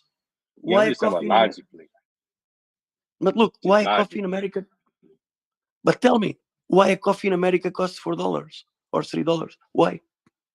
Because Because of the ingredients and profit, and it's publicly traded depending on what cup of coffee you buy, right? It because just all everybody depends. because everybody agrees Because because the everybody cost of goods agrees that the sold, coffee right? because everybody agrees that the coffee is $4. Yeah, Everybody agrees that. but you got to develop a cost of goods sold. So there's a point where you can't sell it, but for X amount, right? And if you're gonna break even in business and not make a profit, then you are not for profit, right? You're not a for-profit business, right? So I'm just talking about the logic of, if I get into a currency, to have it so that I can spend that currency and then people can't stop me from spending it. And that's the utility of it. Like, I get that Bitcoin did what it did. And, I'm not a financial expert, so I can't say why it did what it did. But as a betting man, I'm thinking that a lot of people was holding it, less people was spending it. But as soon as people start spending that value, it's going to go down by default. I don't care whether it's a stock or anything else, right? The more you sell, the cheaper something is going to get. The more you buy, the more expensive it's going to Every time you sell, somebody buys, right? Every time you sell, somebody buys. be. By default, until it's nobody left to buy. Then nobody left to sell. No, not true. You can have tons of people that got something to sell, but nobody to buy it. What are you talking about? Happen every day. economic system, whether that's Well, not, whether it's you were in that crypto coin. position. You were in that position in the beginning of Bitcoin. The guy who had 10,000 bitcoins for a pizza. No, there was no one to buy. He had 10,000 bitcoins. No one was there available to buy it, and then he got a pizza for it. It depends. Nobody is the utility. Nobody expected the utility of Bitcoin months later. That would be used on Silk Road to buy drugs. That's what put Bitcoin recovering from the bear market, right? That is, you don't know what will happen in 5 years. In 5 years, what happens if dollar collapse? If it will be a war? We don't know, right? We don't have a crystal ball. We just, whoever invests in crypto believes is a better money, right? Believes this technology, because why I don't have my money in Bitcoin and crypto, expecting a bigger fool to buy it for 10x what I paid for it. No, that is not the reason I hold it. Because I believe it's a better money, it's a better technology that will replace money, and I have time to wait. That's why I'm in it. Hey, can I jump in?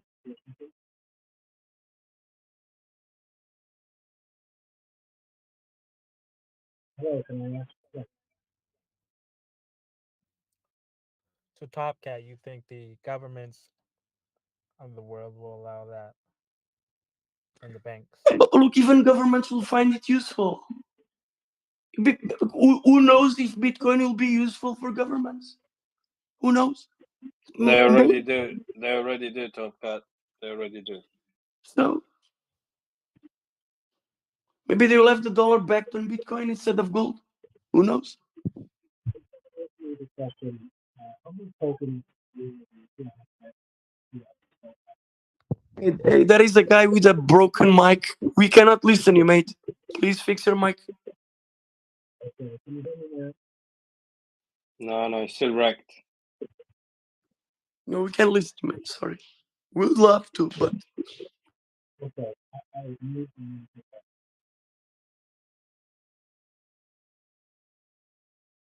okay. Okay, now can you hear me now? No, just in time. Your mic is wrecked. Sorry, brother. Maybe you can try connect and reconnect to the channel. Okay, thank you.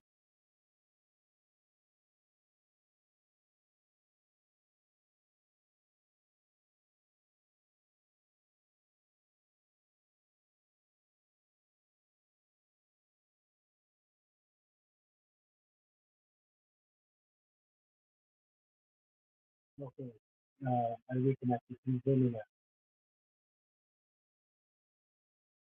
No, it's still the same. Okay,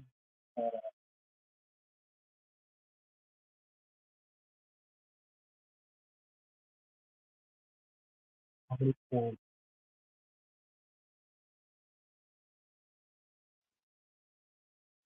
Still wrecked.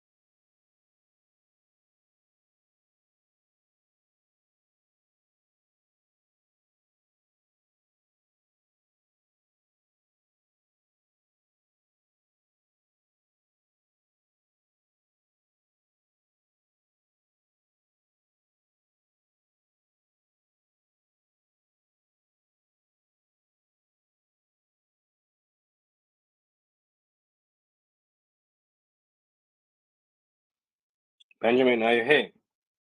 Benjamin, hello. I'm here. What's up, buddy? Right.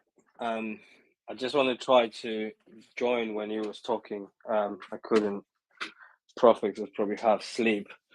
He's really tired. He's doing a lot of work in here. So right, matey. I DM you the other day, and I was really thankful what you've done to me when I was joining the community in here.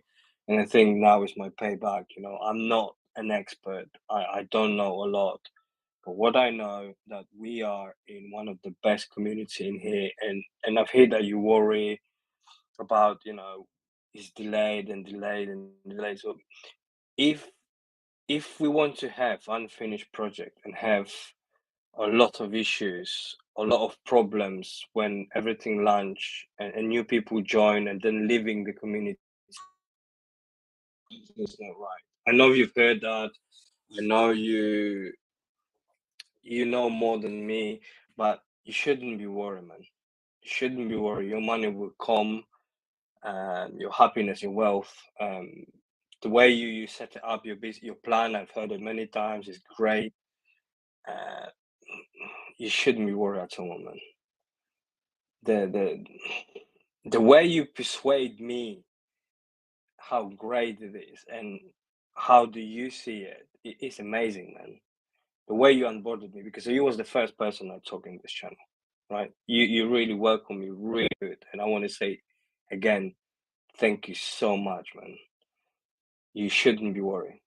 You got people here waiting with you for over a year, but if we want to have a project that is not ready and it's not right, it's 99% and it's still going to be an issue, people are going to leave. I think Richard is doing the good thing to stop and move into the right direction to fix all the bugs and maybe it's that what you guys saying, bear market, we hit the bottom and then he launch. It's gonna happen soon, brother. Don't worry. You're safe. Much appreciated. I agree. And, sometimes we just need to express where we're at. And,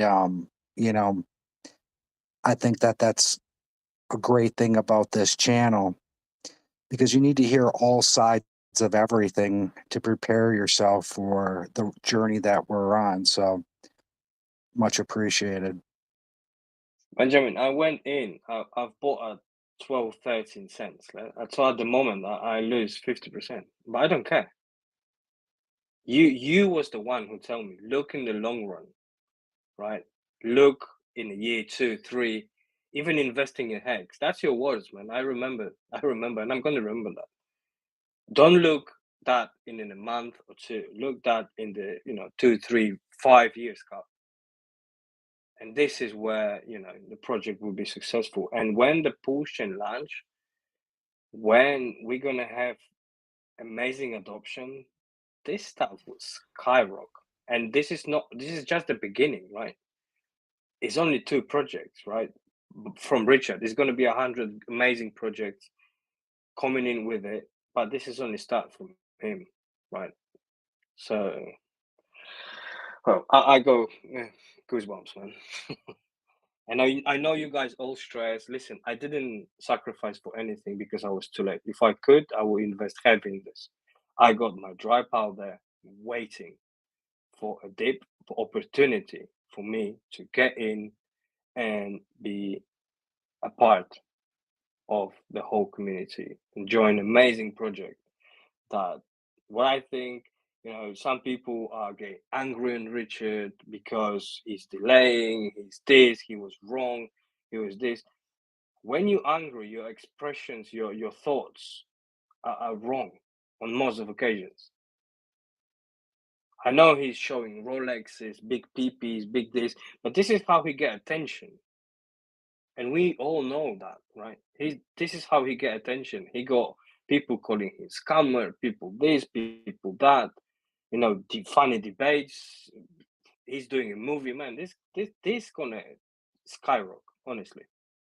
This is my opinion based on what I've heard and hear from the people with a lot of knowledge, with less knowledge, and with no knowledge like me. And we all think really similar, really similar. It is. When this launch, we're all gonna laugh in here, right? When we're all in, I have X amount of money I can spend. That's what I can afford. I can lose, and maybe slightly a bit over than I thought. But we're all gonna laugh when this launch. We're all gonna laugh. We're all gonna be happy. At the moment, it's very stressful time. The market is going down. What we can do? Just wait, be patient, right? The same was what is the Hex idea? Just wait, stake and wait.